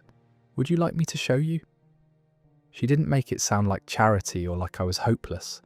She made it sound like she had something interesting to share with me, like solving my confusion would be as satisfying for her as it would be helpful for me. For the next hour, Mrs. Rodriguez walked me through every problem I'd missed, not just showing me the right answers, but explaining why the wrong answers didn't work and helping me see the patterns I'd been missing. She used different approaches until she found ones that clicked with how my brain processed information. When we finished, she said something that changed everything. "You're not bad at math. You just needed someone to explain it in a way that makes sense to you. Come back tomorrow after school and we'll keep working on this." I showed up the next day and the day after that. Mrs. Rodriguez stayed after school with me 3 days a week for the rest of the semester, never making me feel like I was taking up her time or that my questions were stupid. She celebrated small victories with me, like when I finally understood how to factor polynomials or when I solved a word problem without help. My grades started improving, but more importantly, my relationship with learning changed. I stopped seeing confusion as evidence that I wasn't smart enough and started seeing it as information about what I needed to work on. I learned that asking for help wasn't admitting defeat. It was taking responsibility for my education. By the end of 8th grade, I was getting B's in math. In high school, I took calculus. In college, I majored in engineering. None of that would have happened without Mrs. Rodriguez's willingness to stay after school and believe that I could learn even when I didn't believe it myself. Years later, when I graduated from college, I sent Mrs. Rodriguez a photo of me in my cap and gown with a note thanking her for changing the trajectory of my entire life. She wrote back saying she knew I had it in me all along. I just needed someone to help me find it.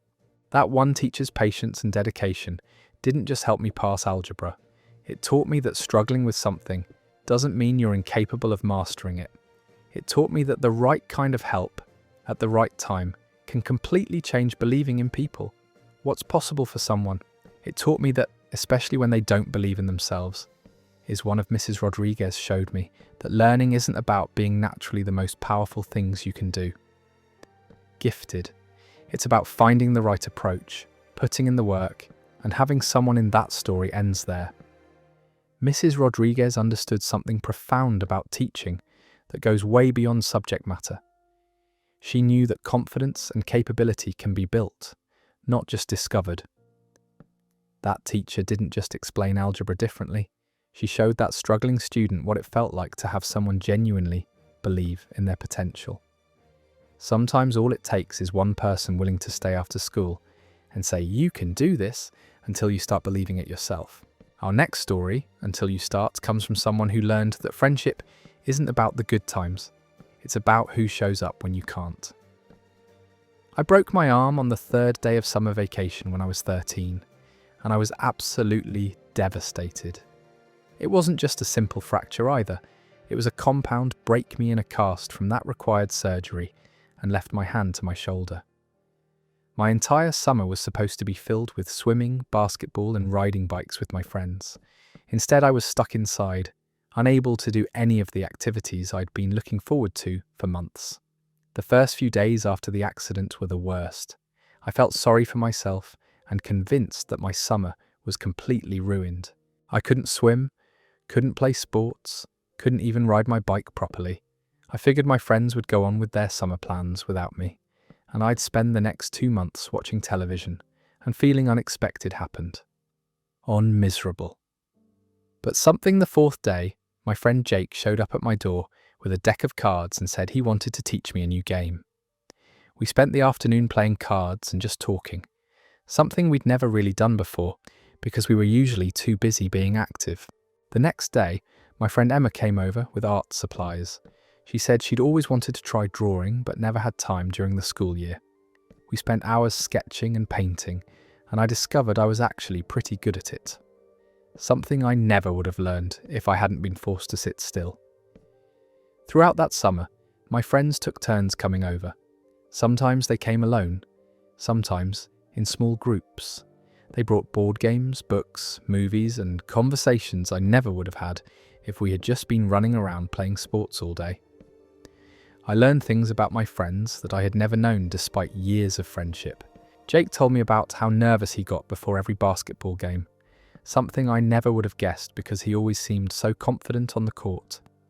Emma shared that she wanted to be an artist someday, but was afraid her parents would think it wasn't a practical career choice. My friend Connor admitted that he sometimes felt left out of our group because he wasn't as athletic as the rest of us. What struck me most was that none of my friends treated my broken arm like an inconvenience or acted like spending time with me was boring because we couldn't do our usual activities. They adjusted their summer plans to include me, finding new ways for us to hang out that worked with my limitations. By the middle of the summer, I realised I was actually having more meaningful friendships than I'd ever had before. When you can't fill time with constant activity, you have to actually talk to each other, share ideas, and connect on a deeper level. My broken arm had forced us all to slow down and really get to know each other. When my cast finally came off at the end of August, I was excited to get back to normal activities, but I was also sad to lose the intimate conversations and quiet time we'd been sharing. I'd learned something important about friendship that summer. Real friends don't just show up for the fun activities, they show up when you need them, even if it means changing their own plans. That broken arm taught me to pay attention to who's there for you when things aren't going according to plan. It taught me that the friends worth keeping are the ones who will sit with you in your living room, playing cards when adventures. It taught me that sometimes they could be out. Having the things that seem like disasters at first can parts of the actually reveal the best people around you. Years later, I'm still close with Jake, Emma, and Connor. We've all been there for each other through various challenges. And I think that summer, when I broke my arm, set friendships. It showed us the foundation for those lasting all what it meant to really show up for each other. Not just when it was convenient, but when it mattered most. That story wraps up there. There's something beautiful about how a broken bone can lead to stronger friendships. When you're forced to slow down and can't do your usual activities, you find out who's willing to slow down with you. True friendship isn't about sharing adventures, it's about sharing presence. Those kids who chose card games over swimming pools and art supplies over bike rides showed what loyalty really looks like. Let's move to our next story, which comes from someone who found unexpected wisdom in the simplest conversation. I was walking through the park on one of those afternoons where nothing seemed particularly urgent, when I noticed this elderly man sitting on a bench feeding pigeons from a paper bag. He was probably in his 80s, wearing a worn cardigan and a baseball cap that had seen better days. Something about the way he sat there, completely content with this simple routine, made me curious. I'd been having one of those weeks where everything felt overwhelming. Work was stressful, I was behind on bills, and I'd been spending way too much time scrolling through social media, feeling like everyone else had their life figured out while I was just stumbling through mine. I was walking through the park trying to clear my head, but my mind kept spinning with all the things I needed to do and all the ways I felt like I was falling short. For some reason, I found myself slowing down as I passed his bench. Maybe it was the peaceful way he was sitting there, or maybe I was just desperate for any excuse to avoid going home to my pile of responsibilities. He looked up and smiled, the kind of genuine smile that immediately put me at ease. "Beautiful afternoon," he said, gesturing to the empty space beside him on the bench. "Care to join an old man and his feathered friends?" I sat down, watching as he continued tossing small pieces of bread to the pigeons that had gathered around his feet. We sat in comfortable silence for a few minutes before he spoke again. "You know," he said, still looking at the birds, "I've been coming to this bench for about 15 years now, ever since my wife passed away. At first, I came here because I didn't know what else to do with myself. 53 years of marriage, and suddenly I was eating dinner alone and watching television by myself." He paused to throw another handful of breadcrumbs, and a particularly bold pigeon hopped right up to his shoe. But somewhere along the way, I started really paying attention to what was happening around me. The way the light changes throughout the day, how the seasons affect which birds show up, the different people who walk through here and the stories you can read on their faces. I found myself really listening to him, something I hadn't done with anyone in weeks. Usually, when people talked, I was already thinking about what I was going to say next, or checking my phone, or worrying about something else entirely. "I realised something important sitting on this bench," he continued. "Every single day has something worth noticing if you're willing to slow down enough to see it. Could be something as simple as watching a squirrel figure out how to get into a trash can, or as profound as witnessing a moment of kindness between strangers." He turned to look at me then, and I felt like he could see right through all my stress and anxiety to something deeper. Most people spend so much time thinking about yesterday or worrying about tomorrow that they miss what's happening right now. But right now is all we really have. This conversation, this afternoon, this moment when the light is hitting the trees just so. It's all temporary, but that doesn't make it less valuable. It makes it more valuable. We everything and nothing. He told me about his talk for another hour about career as a high school history teacher, about travelling with his wife, about learning to cook for himself after she died. I found myself sharing things I hadn't talked about with anyone, about feeling lost in my 20s and not sure if I was making the right choices. When I finally got up to leave, he shook my hand and said, "Remember, every day is worth something. The trick is figuring out what that something is." I walked home that day feeling different, like someone had adjusted the lens through which I saw the world. Instead of rushing past everything on my way home, I actually looked around. I noticed the way the evening light was making the leaves glow, heard a kid laughing in someone's backyard, saw an elderly couple walking their dog and holding hands. Over the next few months, I started incorporating small moments of attention into my daily life. I'd spend 5 minutes in the morning just looking out my window before checking my phone. I'd actually taste my coffee instead of just drinking it while thinking about work. I'd have real conversations with people instead of just exchanging pleasantries. That conversation with a stranger on a park bench taught me that wisdom doesn't always come from books or experts or dramatic life events. Sometimes it comes from someone who's learned to find meaning in the ordinary moments that most of us rush past without noticing. I never saw that man again, though I walked through that park many times hoping to find him there. But his words stayed with me and continue to remind me that every day offers something worth paying attention to if you're willing to slow down enough to receive it. That story ends there. There's something profound about finding life wisdom in the most unexpected places.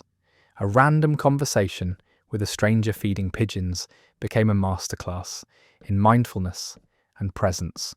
Sometimes, the people who seem to have the least going on are actually the ones who understand life the most deeply. Our next story comes from someone who learned that loyalty and that love can come from the most unlikely sources. Doesn't always need words to be understood. There was this stray dog that showed up at our school bus stop when I was in 4th grade. Nobody knew where he came from, but every morning at 7:30 sharp, He'd be sitting there, wagging his tail as we waited for the bus. He was a medium-sized mutt, brown and white, with one ear that stood up and one that flopped down, and the friendliest disposition you could imagine. The kids in our neighbourhood started calling him Buster, though nobody knew if that was actually his name. He never had a collar, and he looks like he'd been on his own for a while. His coat was a little matted, and you could see his ribs, but his eyes were bright, and his tail never stopped wagging when he saw us coming. Buster made it his job to greet every single kid who came to that bus stop. He'd go from child to child, getting pets and scratches behind the ears, sometimes sitting patiently next to the younger kids who were nervous about starting their school day. He had this intuitive way of knowing who needed extra attention, always gravitating toward whoever seemed sad or scared. The amazing thing was that Buster was there every single day, regardless of weather. Rain, snow, blazing heat, didn't matter. He'd be sitting in his usual spot by the mailbox, waiting for his morning routine of saying goodbye to all the neighbourhood kids. When the bus pulled up, he'd watch us climb aboard, tail wagging the whole time, and then settle in to wait for us to come back in the afternoon. And he was always there when we returned. 3:15 every day, Buster would be waiting at that bus stop, ready to welcome us home from school. He'd run up and down the line of kids getting off the bus, like he was taking attendance to make sure everyone made it back safely.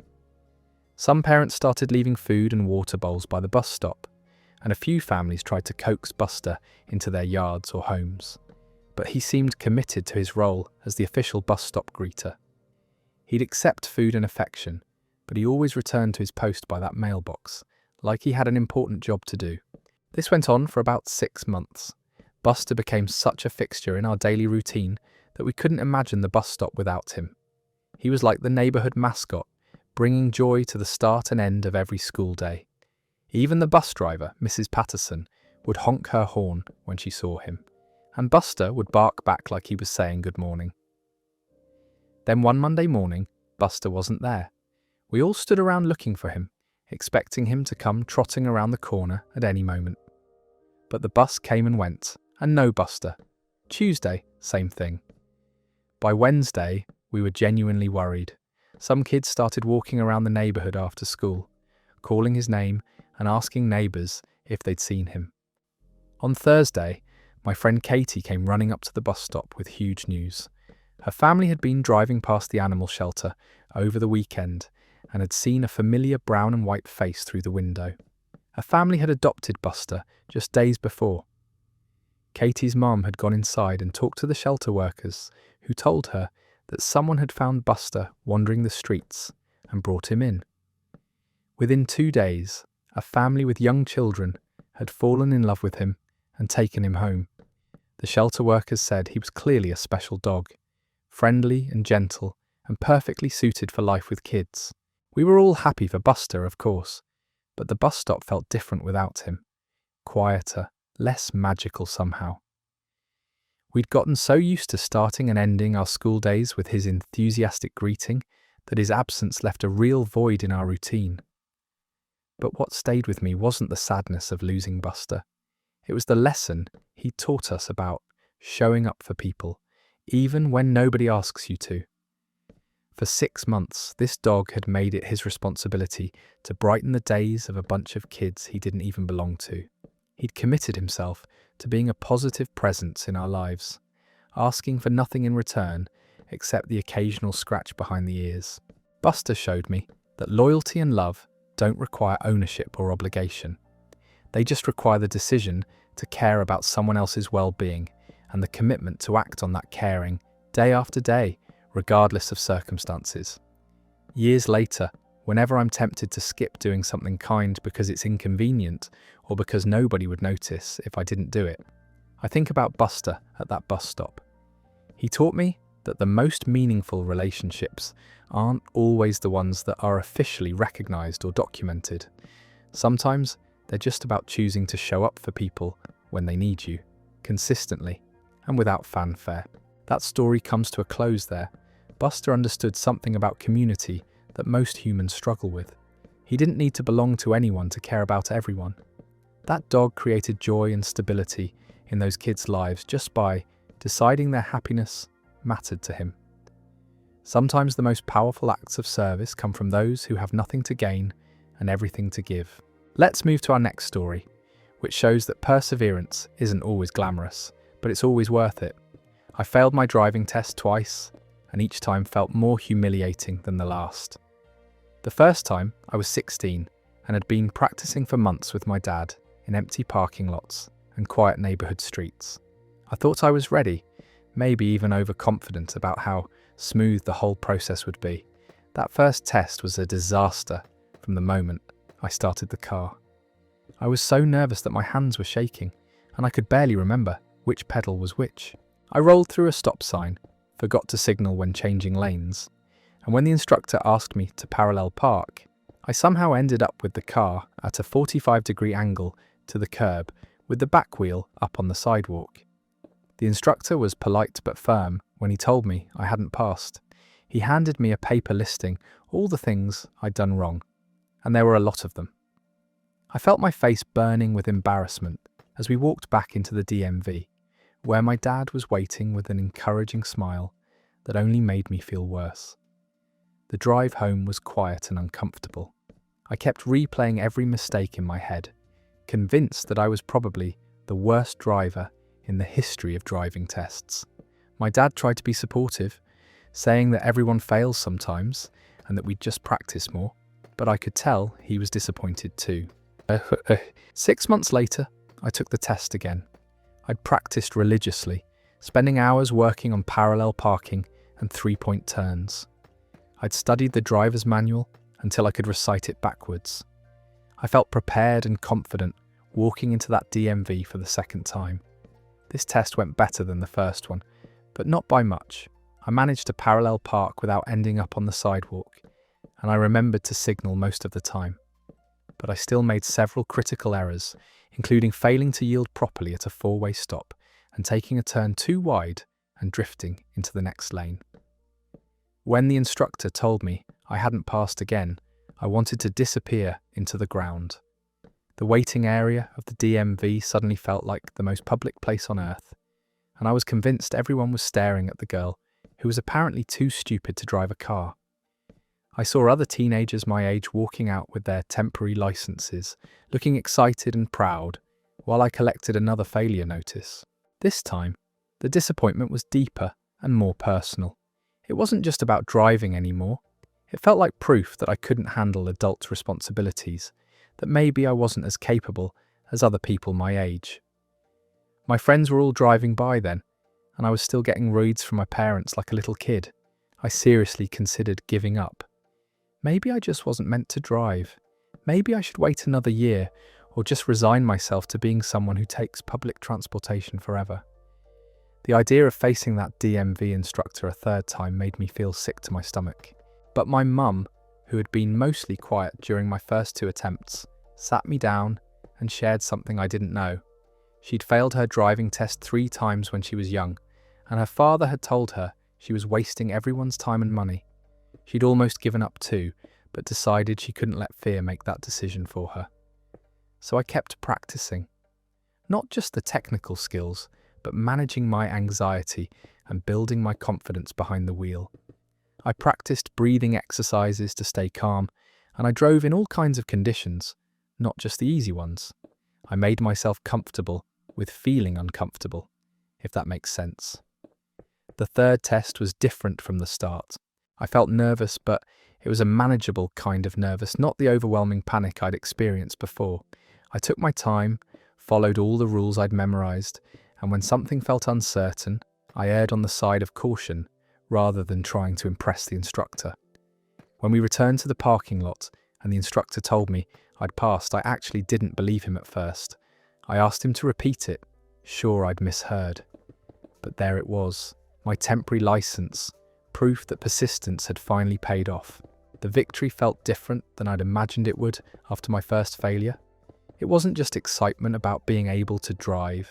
It was the satisfaction of not giving up when something felt impossible, of pushing through embarrassment and self-doubt to achieve something I'd worked for. That driving test taught me that failure isn't evidence that you can't do something. It's information about what you need to work on. Every mistake I made in those first 2 tests became something I could improve, not something that defined my limitations. More importantly, it taught me that some of the most meaningful accomplishments are the ones you have to fight for. The things that come easily might feel good in the moment, but they don't build the same kind of confidence and resilience that comes from overcoming real challenges. That story concludes there. 2 failures followed by 1 success, but that success meant more because of what it took to get there. Sometimes the best lessons come wrapped in the most frustrating packages. Those failed driving tests weren't setbacks, they were education disguised as embarrassment. Our next story comes from someone who discovered that the smallest gestures can echo in your memory for decades. I was sitting in 3rd grade when this girl I'd never really talked to, Amanda, noticed I didn't have a pencil for our math test. Without saying anything, she just reached into her pencil case, pulled out a perfectly sharpened number 2 pencil, and placed it on my desk with a quiet smile. I remember feeling so grateful, but also embarrassed. I'd forgotten to bring supplies again, something that happened way too often because mornings at my house were always chaotic. My mum was juggling 3 kids and a job, and sometimes the little things like checking backpacks just didn't happen. Amanda didn't make a big deal about it.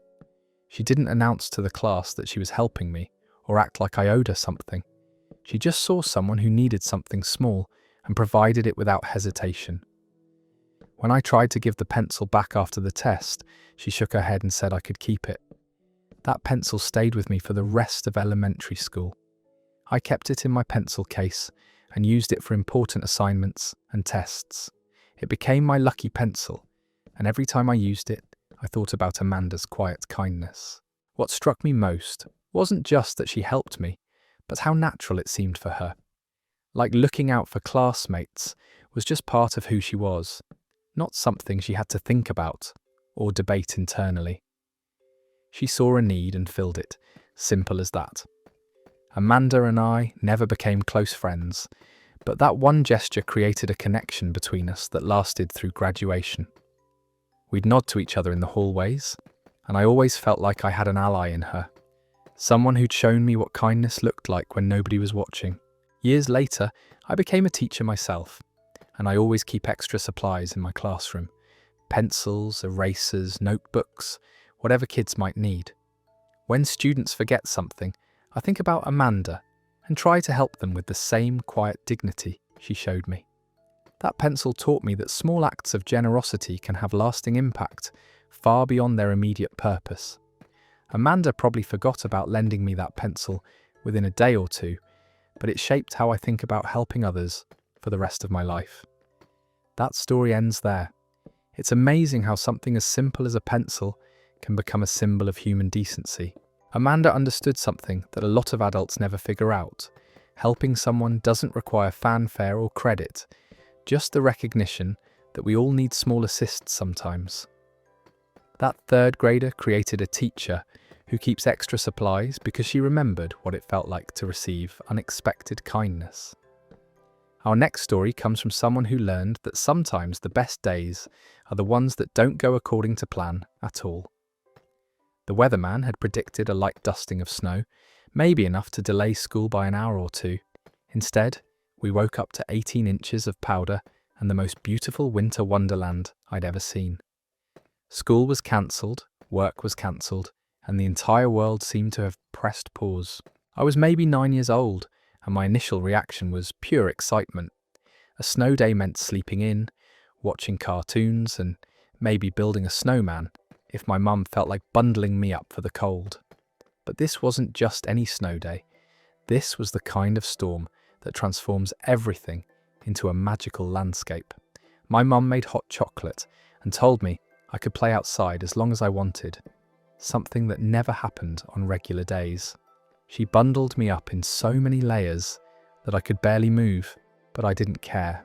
I stepped outside into snow that came up to my waist and felt like I'd entered a completely different world. The silence was incredible. No cars on the street, no sounds of construction or lawnmowers, just the soft whisper of snow, still falling, and the distant laughter of other kids who'd discovered this winter paradise. I spent the morning building snow forts and making snow angels, but what I remember most was the pure joy of having nowhere to be and nothing scheduled. My neighbour kids emerged from their houses around the same time, and without any planning, we all ended up in the same yard, having an epic snowball fight. Kids I barely knew became temporary best friends as we divided into teams and built elaborate battle strategies. We were all different ages, but the snow was the great equalizer. Everyone was just a kid having fun. When we got too cold for snowball fights, someone suggested we try sledding down the big hill behind the elementary school.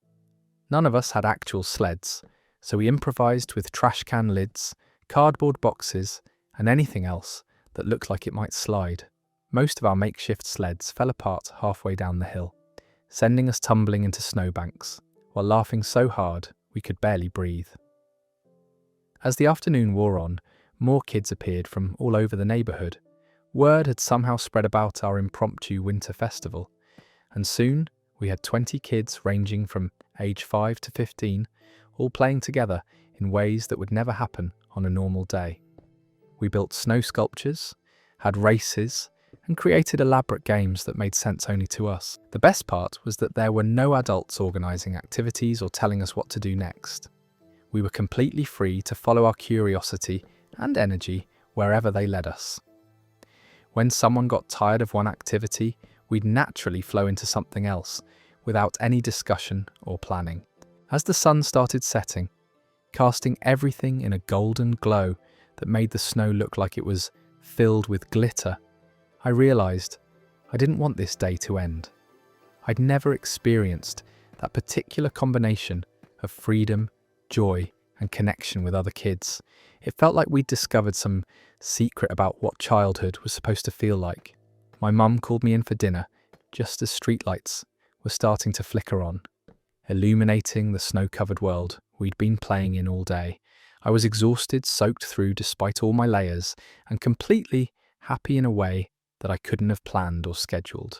That snow day taught me that some of the best experiences happen when your normal routine gets completely disrupted. When you're forced to slow down and be present. When you can't rely on your usual entertainment or activities, you discover parts of yourself and connect with others in ways that wouldn't happen during the busyness of regular life. I learned that joy doesn't require expensive activities or elaborate planning. Sometimes it just requires snow, other kids, and the freedom to follow your curiosity without worrying about what comes next. That day showed me what it means to be fully present in a moment, something I'd spend years trying to recapture as an adult. That story concludes there. There's something magical about how natural disasters can become the best days of childhood. When all the structure disappears, kids instinctively know how to create their own joy. That snowstorm gave those children something that can't be bought or scheduled, complete freedom to just be kids together. Sometimes the universe knows exactly when we need a pause from ordinary life. Let's move to our next story, which shows how sharing what little you have can create abundance for everyone. Every summer from the time I was about 7 until I left for college, mysterious bags of vegetables would appear on our back porch. Tomatoes, cucumbers, zucchini, peppers, and whatever else was in season would show up in brown paper grocery bags, usually early in the morning before anyone in our family was awake. We lived in a neighbourhood where most people had small yards, but our next-door neighbour, Mr. Patterson, had somehow managed to create this incredible garden in his tiny backyard. From our kitchen window, we could see rows of perfectly tended vegetables and the small greenhouse he'd built himself using old windows and scrap wood. Mr. Patterson was probably in his 70s, a quiet man who'd retired from working at the post office and seemed to spend every waking moment either in his garden or reading on his front porch.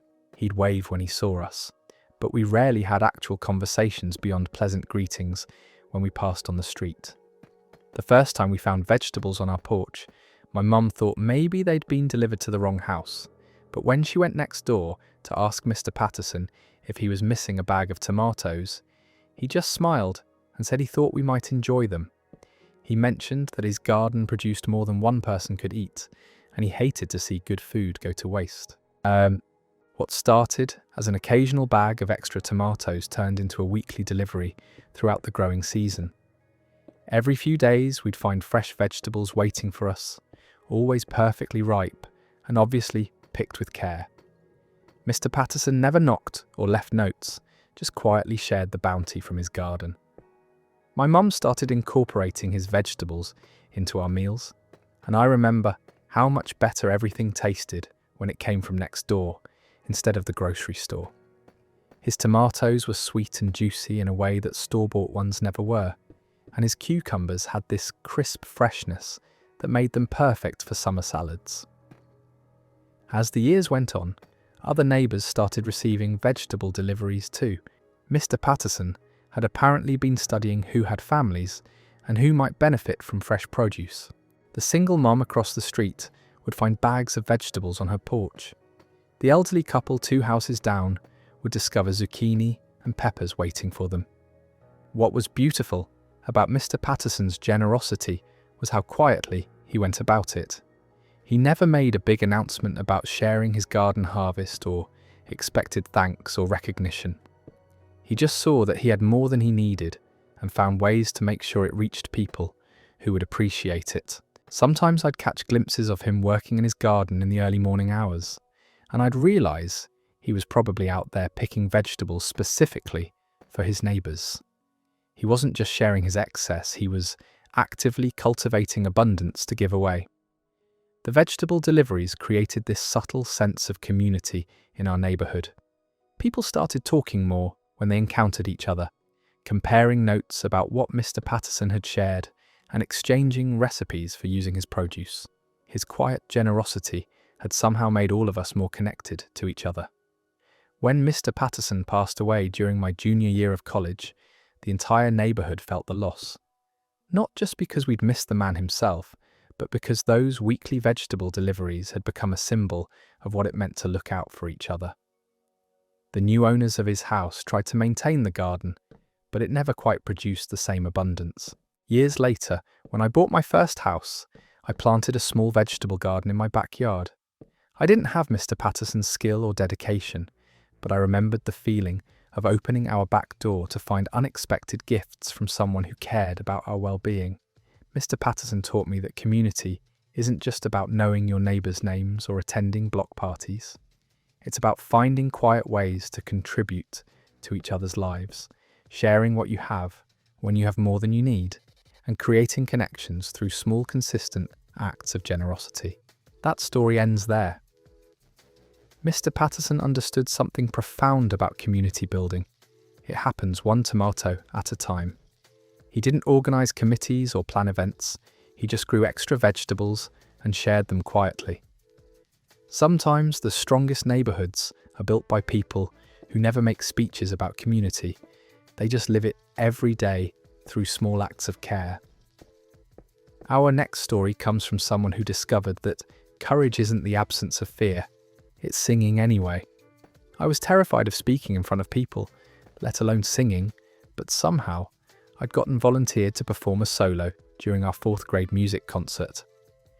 Mrs. Henderson, our music teacher, had been working with me after school for weeks, helping me learn the words to Somewhere Over the Rainbow and teaching me basic breathing techniques to manage my stage fright. The song choice felt particularly intimidating because everyone knew it, which meant everyone would notice if I messed up the words or sang off key. Mrs. Henderson kept reassuring me that my voice was lovely and that I just needed to trust myself.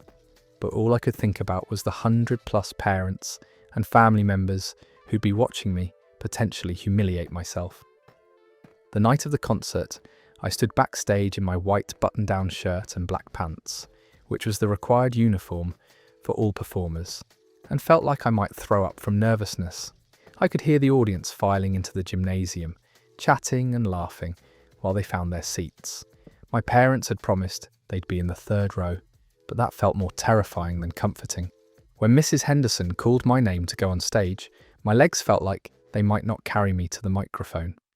I walked across the gym floor feeling like every eye in the room was focused on me, which they probably were. I reached the centre of the makeshift stage, looked out at all those faces, and for a moment completely forgot everything Mrs. Henderson had taught me about breathing and posture. Then the piano introduction started, and something shifted inside me. Maybe it was muscle memory from all those after-school practice sessions, or maybe it was Mrs. Henderson's encouraging nod from the side of the stage, but I took a deep breath and started singing. The first few lines came out shakier than I would have liked, but I could hear my own voice carrying clearly through the gymnasium, and it didn't sound as terrible as I'd feared. As I got to the chorus, something wonderful happened. I stopped thinking about the audience and started thinking about the song itself, about the story it was telling and the emotions it was trying to convey. By the time I reached "Birds Fly Over the Rainbow," why then, oh why can't I was completely lost in the music. I wasn't thinking about my parents in the third row, or whether other kids would tease me later. I was just singing, really singing, in a way I'd never done in front of anyone before. When I finished the last note, there was a moment of complete silence that felt like it lasted forever. Then the applause started, and it was enthusiastic and genuine in a way that surprised me.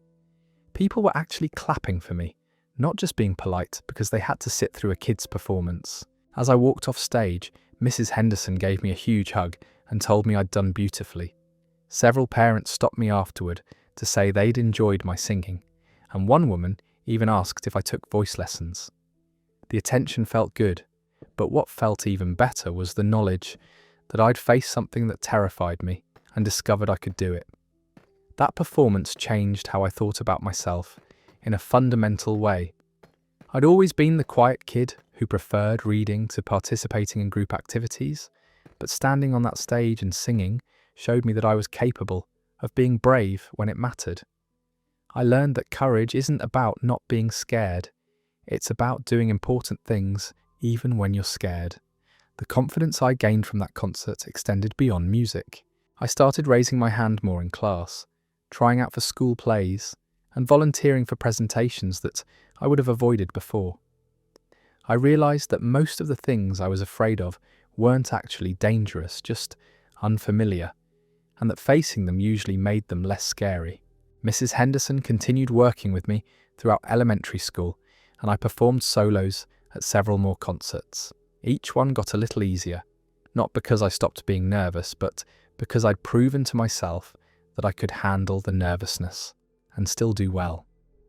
That fourth grade performance taught me that growth happens when you step outside your comfort zone, even when every instinct tells you to stay safe and hidden. Sometimes the things that scare us most are exactly the things we need to do to discover what we're capable of. That story concludes there. There's something beautiful about a teacher who sees potential in a terrified kid and patiently helps them find their voice. Mrs. Henderson didn't just teach music, she taught confidence. That fourth grader learned that bravery isn't a personality trait you're born with, it's a skill you develop by doing scary things until they're not scary anymore. Let's move to our next story, which shows how panic can transform into gratitude when the right person appears at exactly the right moment. I was 6 years old when I got separated from my mum at the mall, and it felt like the most terrifying thing that had ever happened to me. One minute I was walking next to her through the crowded corridors of Southdale Mall, and the next minute I realised I was surrounded by strangers and had no idea which direction she'd gone. The panic hit immediately. I started spinning in circles looking for my mum's familiar blue jacket and brown purse, but all I could see were legs and shopping bags and people who weren't her. The mall suddenly felt enormous and maze-like, with too many stores and corridors leading in every direction. I tried to remember what my mum had taught me about getting lost. Find a police officer or go to a store and ask for help. But in that moment of panic, I couldn't think clearly enough to follow her instructions. I just stood there, in the middle of the walkway, starting to cry and feeling more scared than I'd ever felt in my short life. That's when I felt a gentle hand on my shoulder. I looked up to see a woman with kind eyes and a name tag that said, "Customer Service," crouched down to my height. She worked at one of the department stores and had noticed me standing alone, looking distressed. "Hi, sweetie," she said. in the calmest, most reassuring voice. "Are you looking for your mum?" I nodded, unable to speak because I was crying too hard. She didn't seem bothered by my tears or try to rush me through explaining what had happened. She just waited patiently while I caught my breath and then asked me simple questions about what my mum looked like and where we'd been shopping. Her name was Linda, and she had this way of making everything feel manageable again. She explained that this happened all the time at the mall and that we'd find my mum very quickly. She took my hand and walked me to the customer service desk, talking calmly the whole time about how mums never go far when they're shopping with kids. At the customer service desk, Linda got on the intercom and made an announcement that a little girl was looking for her mum. She described what I was wearing and asked my mum to come to the customer service counter. Within 2 minutes, I could see my mum hurrying toward us, looking worried and relieved at the same time. When my mum reached us, Linda explained what had happened and reassured her that I'd been very brave and done exactly the right thing by staying in one place instead of wandering around looking. She gave me a sticker that said, "Mall Helper," and told me I could come find her anytime I needed help at the mall. My mum thanked Linda profusely and asked if there was anything she could do to show her appreciation. Linda just smiled and said that helping lost kids was part of her job, and she was glad everything had worked out. She mentioned that she had kids of her own and understood how scary it could be when they got separated. As we walked back to our car, my mum explained that there were always good people around who were willing to help when someone needed it. She said Linda was an example of the kind of person I should look for if I ever felt scared or lost again. Someone with a name tag, someone who worked at a store, someone whose job it was to help customers. That experience taught me something important about trusting the right people when you're in trouble. Not all strangers are dangerous, and sometimes the person who can help you most is someone you've never met before, who just happens to be in the right place at the right time. Linda showed me that there are people in the world whose instinct is to help, especially when they see a child in distress. She didn't have to stop what she was doing to help me, but she chose to, and she handled the situation with exactly the kind of calm competence that a scared 6-year-old needed. Years later, whenever I see a lost-looking child in a public place, I think about Linda and try to channel that same calm helpfulness. I've helped reunite a few kids with their parents over the years, and each time I remember how grateful I felt when someone noticed I needed help and took the time to provide it. That story ends there.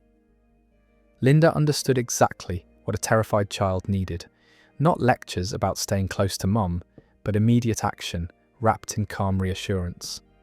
She turned what felt like a crisis into a 2-minute problem with a happy ending.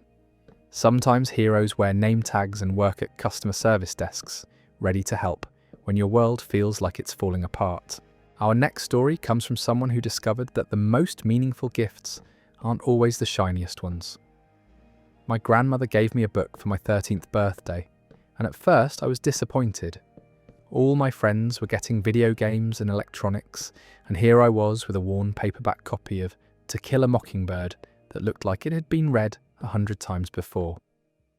The book was clearly second-hand, with a cracked spine and pages that had yellowed with age, but when I opened it, I discovered something that made it infinitely more valuable than any new book could have been. The margins were filled with my grandmother's handwriting, notes, observations, and reactions she'd written while reading it herself decades earlier. Some of her notes were simple, like "beautiful passage" or "remember this quote," but others were more personal, reflecting on how the story connected to her own experiences growing up in the South during the 1940s. She'd written about recognizing people from her hometown in Harper Lee's characters, and about conversations she'd had with her own father about justice and courage. On one page, where Atticus talks to Scout about understanding other people's perspectives, my grandmother had written, "I wish I'd learned this lesson earlier in life. Would have saved me years of misunderstanding people." Next to the passage about Mrs. Dubos's battle with addiction, she'd noted, "Reminds me of Uncle Robert. We never knew what he was fighting." Or Reading the book became like having a conversation with my grandmother about life, literature, and the world she'd grown up in. Her notes revealed parts of her history and personality that I'd never seen before.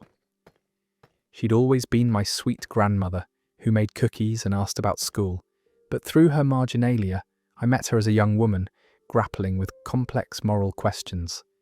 Some of her observations were surprisingly sophisticated and insightful. She'd made connections between different characters that I might have missed on my own, and her questions in the margins pushed me to think more deeply about the themes Lee was exploring.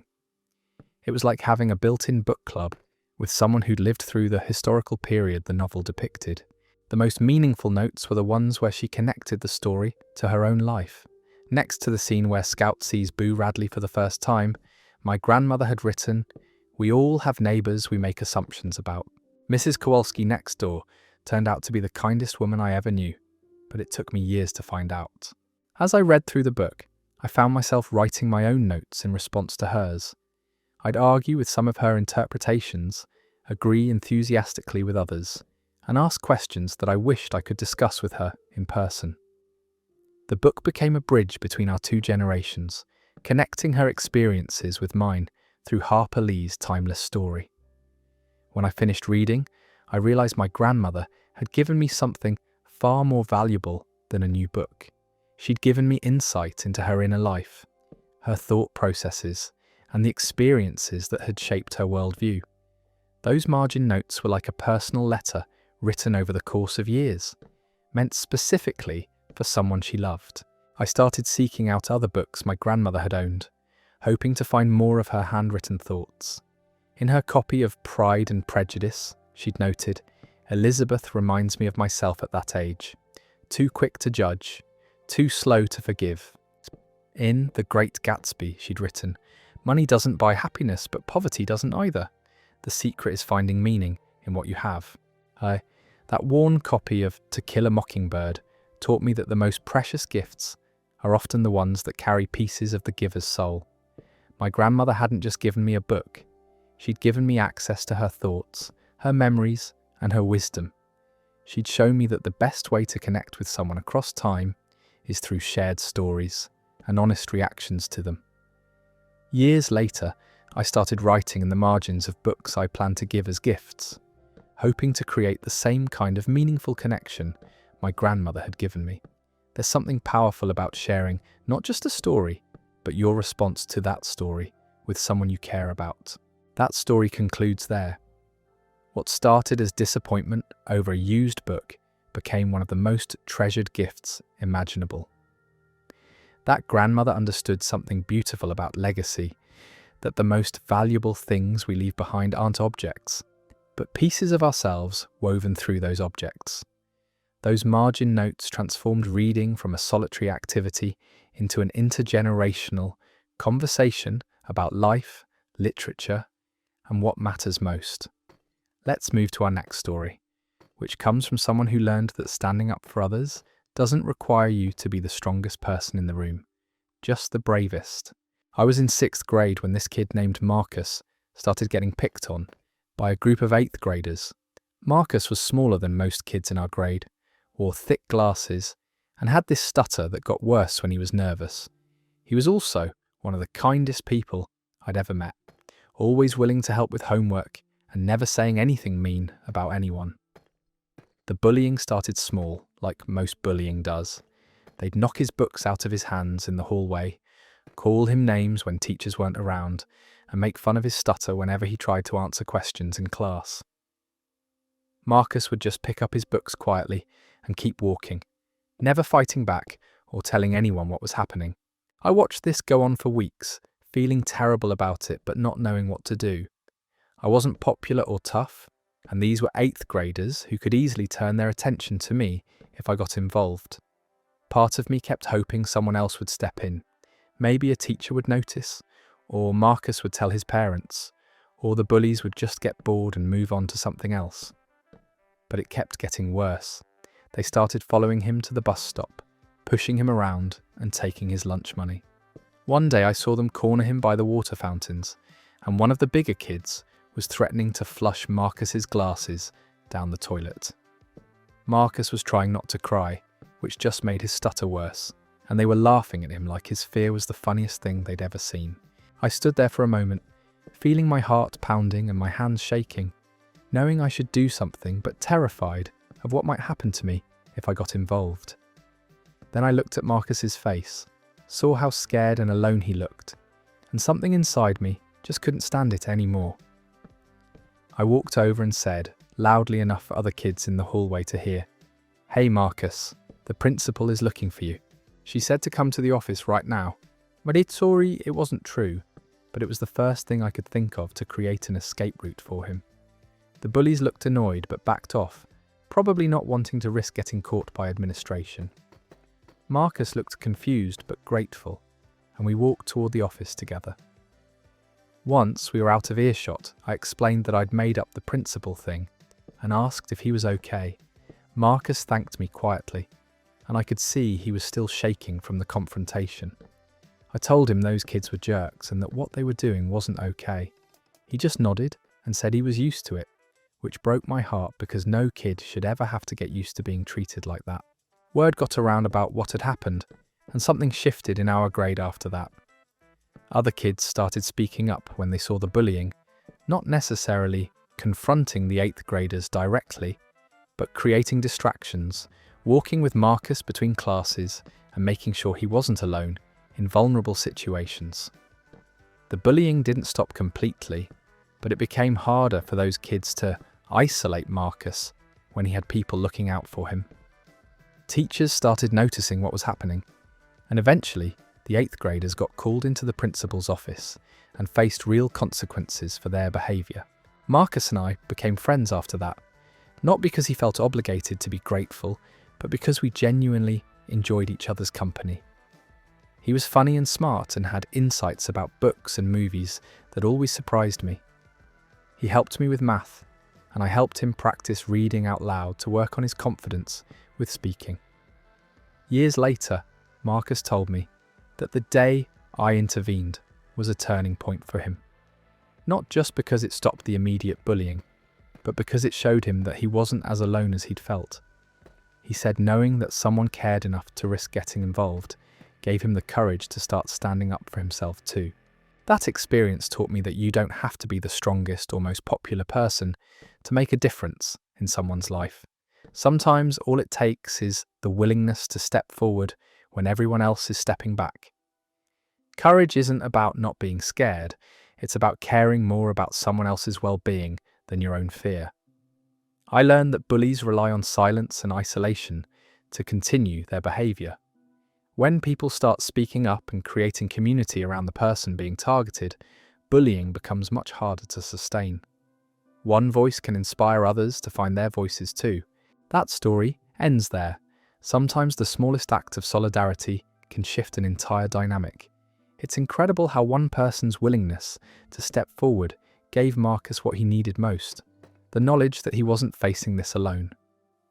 Bullies count on bystanders staying silent, but when someone breaks that silence, it creates permission for others to speak up too. That 6th grader learned something powerful about moral courage that day. Our next story comes from someone who discovered that peace doesn't always require company. Sometimes it just requires the willingness to be still. I was having one of those overwhelming days where everything felt urgent and stressful, and I'd been running from meeting to class to work and back again without a single moment to breathe. My phone was buzzing constantly with texts and notifications, and I felt like I was drowning in other people's expectations and demands on my time. I was walking across campus to my evening job when I passed this small hill overlooking the parking lots and athletic fields. For some reason, I stopped walking and looked up at the top of that hill, where there was just a single bench facing west toward where the sun was starting to set.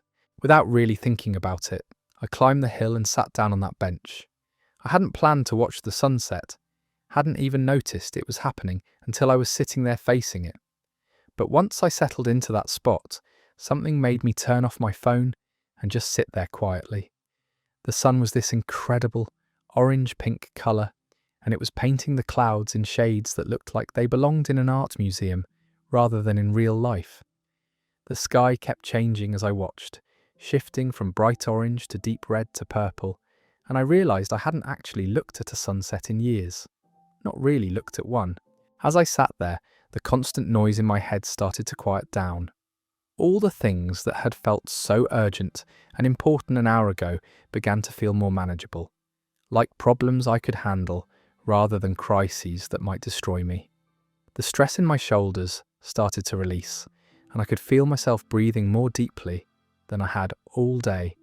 People walked past on the sidewalk below, most of them looking at their phones or hurrying to get somewhere, and I realised that's exactly what I'd been doing for weeks, moving so fast and thinking so much about what came next that I was missing what was happening right in front of me.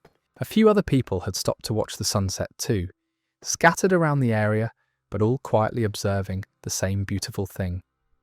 We didn't talk to each other, but there was something peaceful about sharing this moment of stillness with strangers who had also decided to pause their busy lives for a few minutes.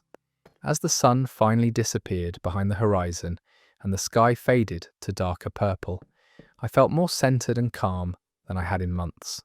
Not because anything about my actual situation had changed, but because I'd given myself permission to step out of the constant motion and just exist in one place for a while. I turned my phone back on and saw all the missed texts and notifications waiting for me, but they didn't feel as overwhelming as they had before. They were just information that I could deal with when I was ready, not emergencies that required immediate panic.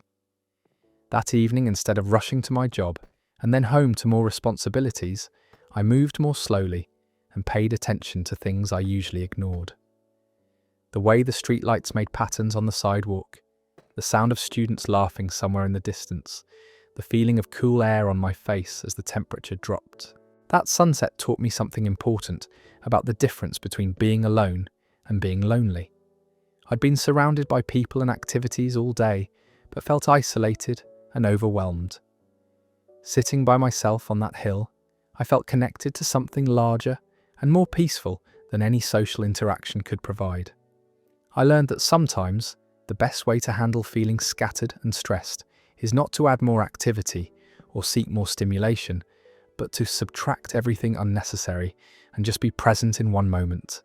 That bench became my regular spot whenever I needed to remember what stillness felt like.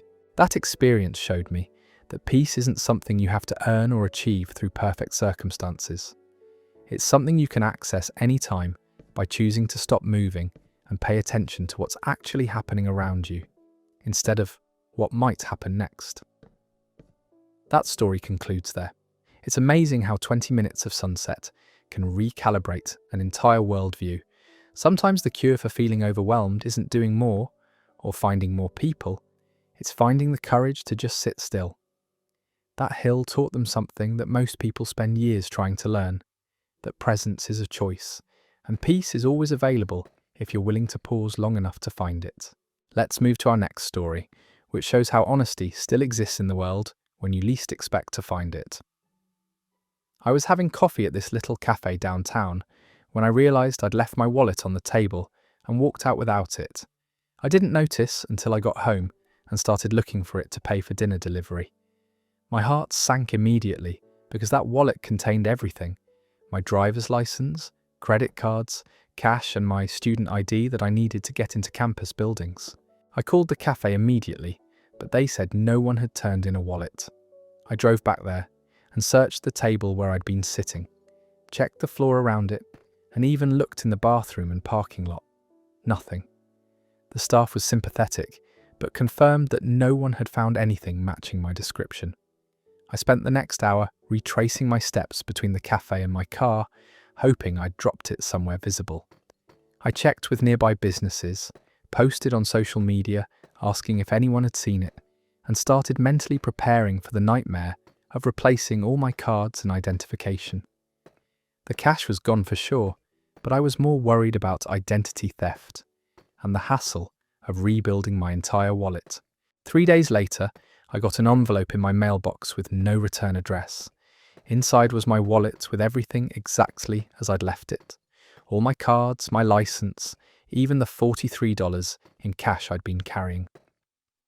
There was a handwritten note that said, "Found this at Grind Coffee on Tuesday. Hope it finds its way back to you safely." I was stunned. Not only had someone found my wallet and gone through the effort to mail it to me, but they'd included the cash. In a world where most people assume others will steal given the opportunity, here was proof that genuine honesty still exists. The note was written in careful handwriting on plain white paper, and it was signed simply, "A friend." There was no way for me to identify who had sent it or thank them properly. They'd used enough postage to ensure it would reach me quickly, and the envelope was addressed correctly using the information from my driver's license.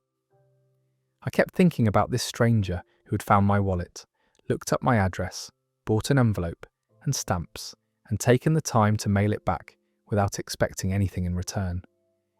They could have easily kept the cash or used my cards before I had time to cancel them, but they chose to do the right thing, even though no one would have known if they didn't. What struck me most was how this person had protected my privacy and safety even while helping me. They didn't call my phone number or show up at my house, which could have been scary even with good intentions. They chose a method that was both helpful and respectful, getting my property back to me without making me feel vulnerable. This happened during a particularly cynical period in my life when I'd been reading too much negative news and feeling like the world was full of selfish, untrustworthy people. Finding my wallet returned intact with such care restored my faith in human decency in a way that no inspiring article or motivational quote could have done. I never found out who returned my wallet, despite asking around at the cafe and posting thank you messages on community boards. This person had done something genuinely good without wanting credit or recognition for it. They just saw someone who needed help and provided it quietly and effectively. That experience changed how I think about lost and found situations. When I see something that obviously belongs to someone else, I remember my mysterious benefactor and try to channel the same energy. I've returned lost phones, turned in forgotten sunglasses, and mailed back a few lost items when I could identify the owners. The wallet incident taught me that trustworthy people are everywhere, often doing good things we never hear about. Most acts of honesty and kindness don't make the news or get shared on social media because they happen quietly between strangers who never meet each other. That story ends there. In a world where we're constantly told that trusting people is naive, someone proved that basic human decency is alive and well. The fact that they remained anonymous makes it even more powerful. This wasn't about getting recognition or feeling good about themselves. It was just about doing the right thing because it was right. Sometimes the most meaningful acts of kindness come from people whose names we'll never know. Our next story comes from someone who learned that giving away what you have can bring more joy than keeping it ever could. I was probably 8 years old when my mum announced we were going to clean out my bedroom and donate toys I'd outgrown to kids who didn't have as many. I wasn't thrilled about this idea initially because even though I didn't play with most of my toys anymore, they still felt like mine, and I wasn't sure I wanted to give them away. My mum explained that there were children whose families couldn't afford to buy toys and that my old toys could make them really happy, while just sitting unused in my closet. She said we'd keep my favourite things, but find new homes for the toys that were just taking up space. We spent a Saturday morning going through everything. Action figures I'd loved when I was 6 but hadn't touched in months, board games I'd gotten tired of, building blocks that had been shoved in the back of my toy chest. My mum let me decide what to keep and what to donate, but she encouraged me to be generous if I could. At first, I was pretty selective, only choosing toys that were clearly too young for me, or that I definitely didn't want anymore. But as we worked through the pile, something shifted in how I was thinking about it. Instead of focusing on what I was losing, I started imagining kids who might get excited about these toys that had been special to me. I found myself adding more and more items to the donation pile. A remote control car that I'd loved but rarely used anymore. A set of action figures that had given me hours of entertainment but were now collecting dust.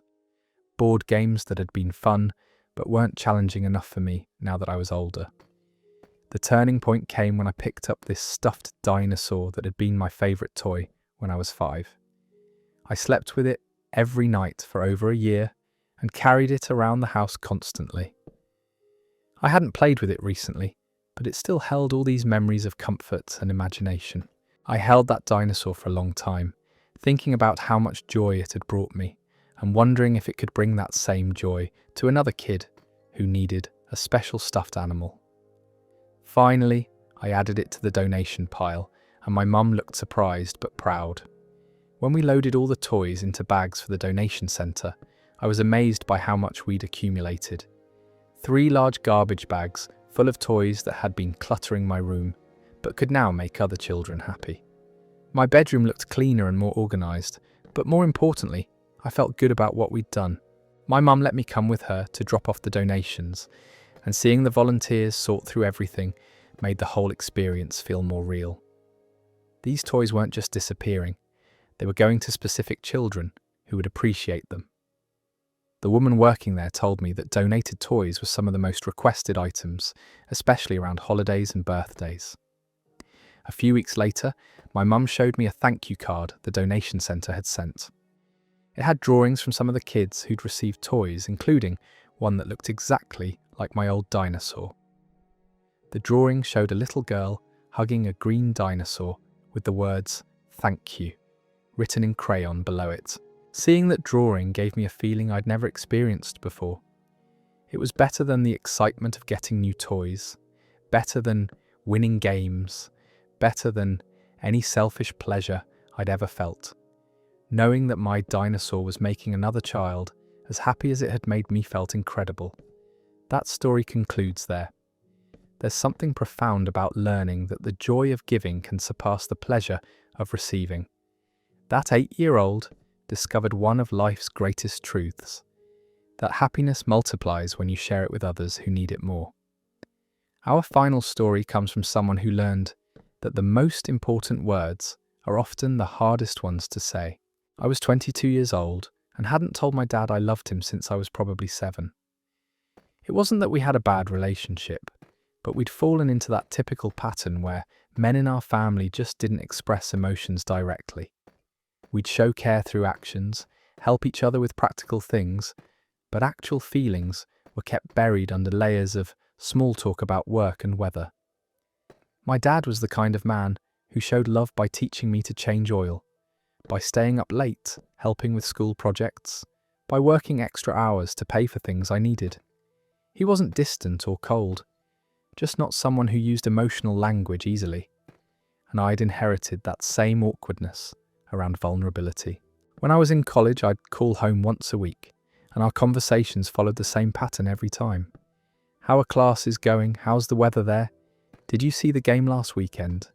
We'd talk for maybe 15 minutes, cover all the safe topics, and end with, "Talk to you next week," instead of anything that acknowledged how much we actually meant to each other. This went on for years.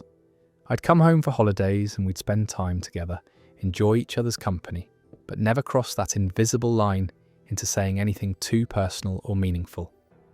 It was like we'd both agreed that keeping things surface level was safer than risking the awkwardness of genuine emotional expression. Then my dad had a heart attack when I was 26. It wasn't massive, and the doctors said he'd be fine with some lifestyle changes, but sitting in that hospital waiting room made me realise how much time I'd wasted being emotionally distant from someone who meant everything to me. When I went into his room and saw him lying there, looking smaller and more vulnerable than I'd ever seen him, something broke open in me. We made small talk for a few minutes about the doctors and when he might come home, but then I couldn't stand it anymore. I looked at him and said, "Dad, I love you." Just like that, no build-up or explanation, just the words I'd been avoiding for almost 20 years. He was quiet for a long moment, and I thought maybe I'd made him uncomfortable, crossed some line we weren't supposed to cross, but then tears started running down his face and he said, "I love you too, son. I've wanted to say that for so long." We both started crying then, and it wasn't awkward or embarrassing like I'd always imagined it would be. It was just relief, like we'd both been holding our breath for years and could finally exhale. All that time we'd wasted dancing around the most important thing we could say to each other. My dad recovered completely from his heart attack, and our relationship changed fundamentally after that conversation. We still talked about practical things, but we also started saying what we actually meant. Phone calls ended with, "I love you," instead of "talk to you later." Visits included real conversations about life and feelings and things that mattered. The heart attack was scary, but in some ways it was also a gift because it forced us to stop pretending that emotional distance was somehow more comfortable than emotional honesty. We realized that all those years of avoiding vulnerability had cost us opportunities for real connection. My dad lived for another 15 years after that, and I'm grateful that we spent those years actually telling each other how we felt instead of just assuming the other person knew. When he passed away last year, I had no regrets about things left unsaid because we'd learned to say them while we still had time. That story ends there. Sometimes it takes a crisis to make us realize that the words we're most afraid to say are exactly the ones that need to be said. That father and son wasted decades dancing around love when they could have been living in it. The most tragic part isn't that they almost missed their chance. It's how many people never get that hospital room moment that forces honesty. If you enjoyed this batch of stories and need something to help you fall asleep or get in the zone, consider subscribing for more. Thank you for listening in, and I will see you tomorrow. Take care.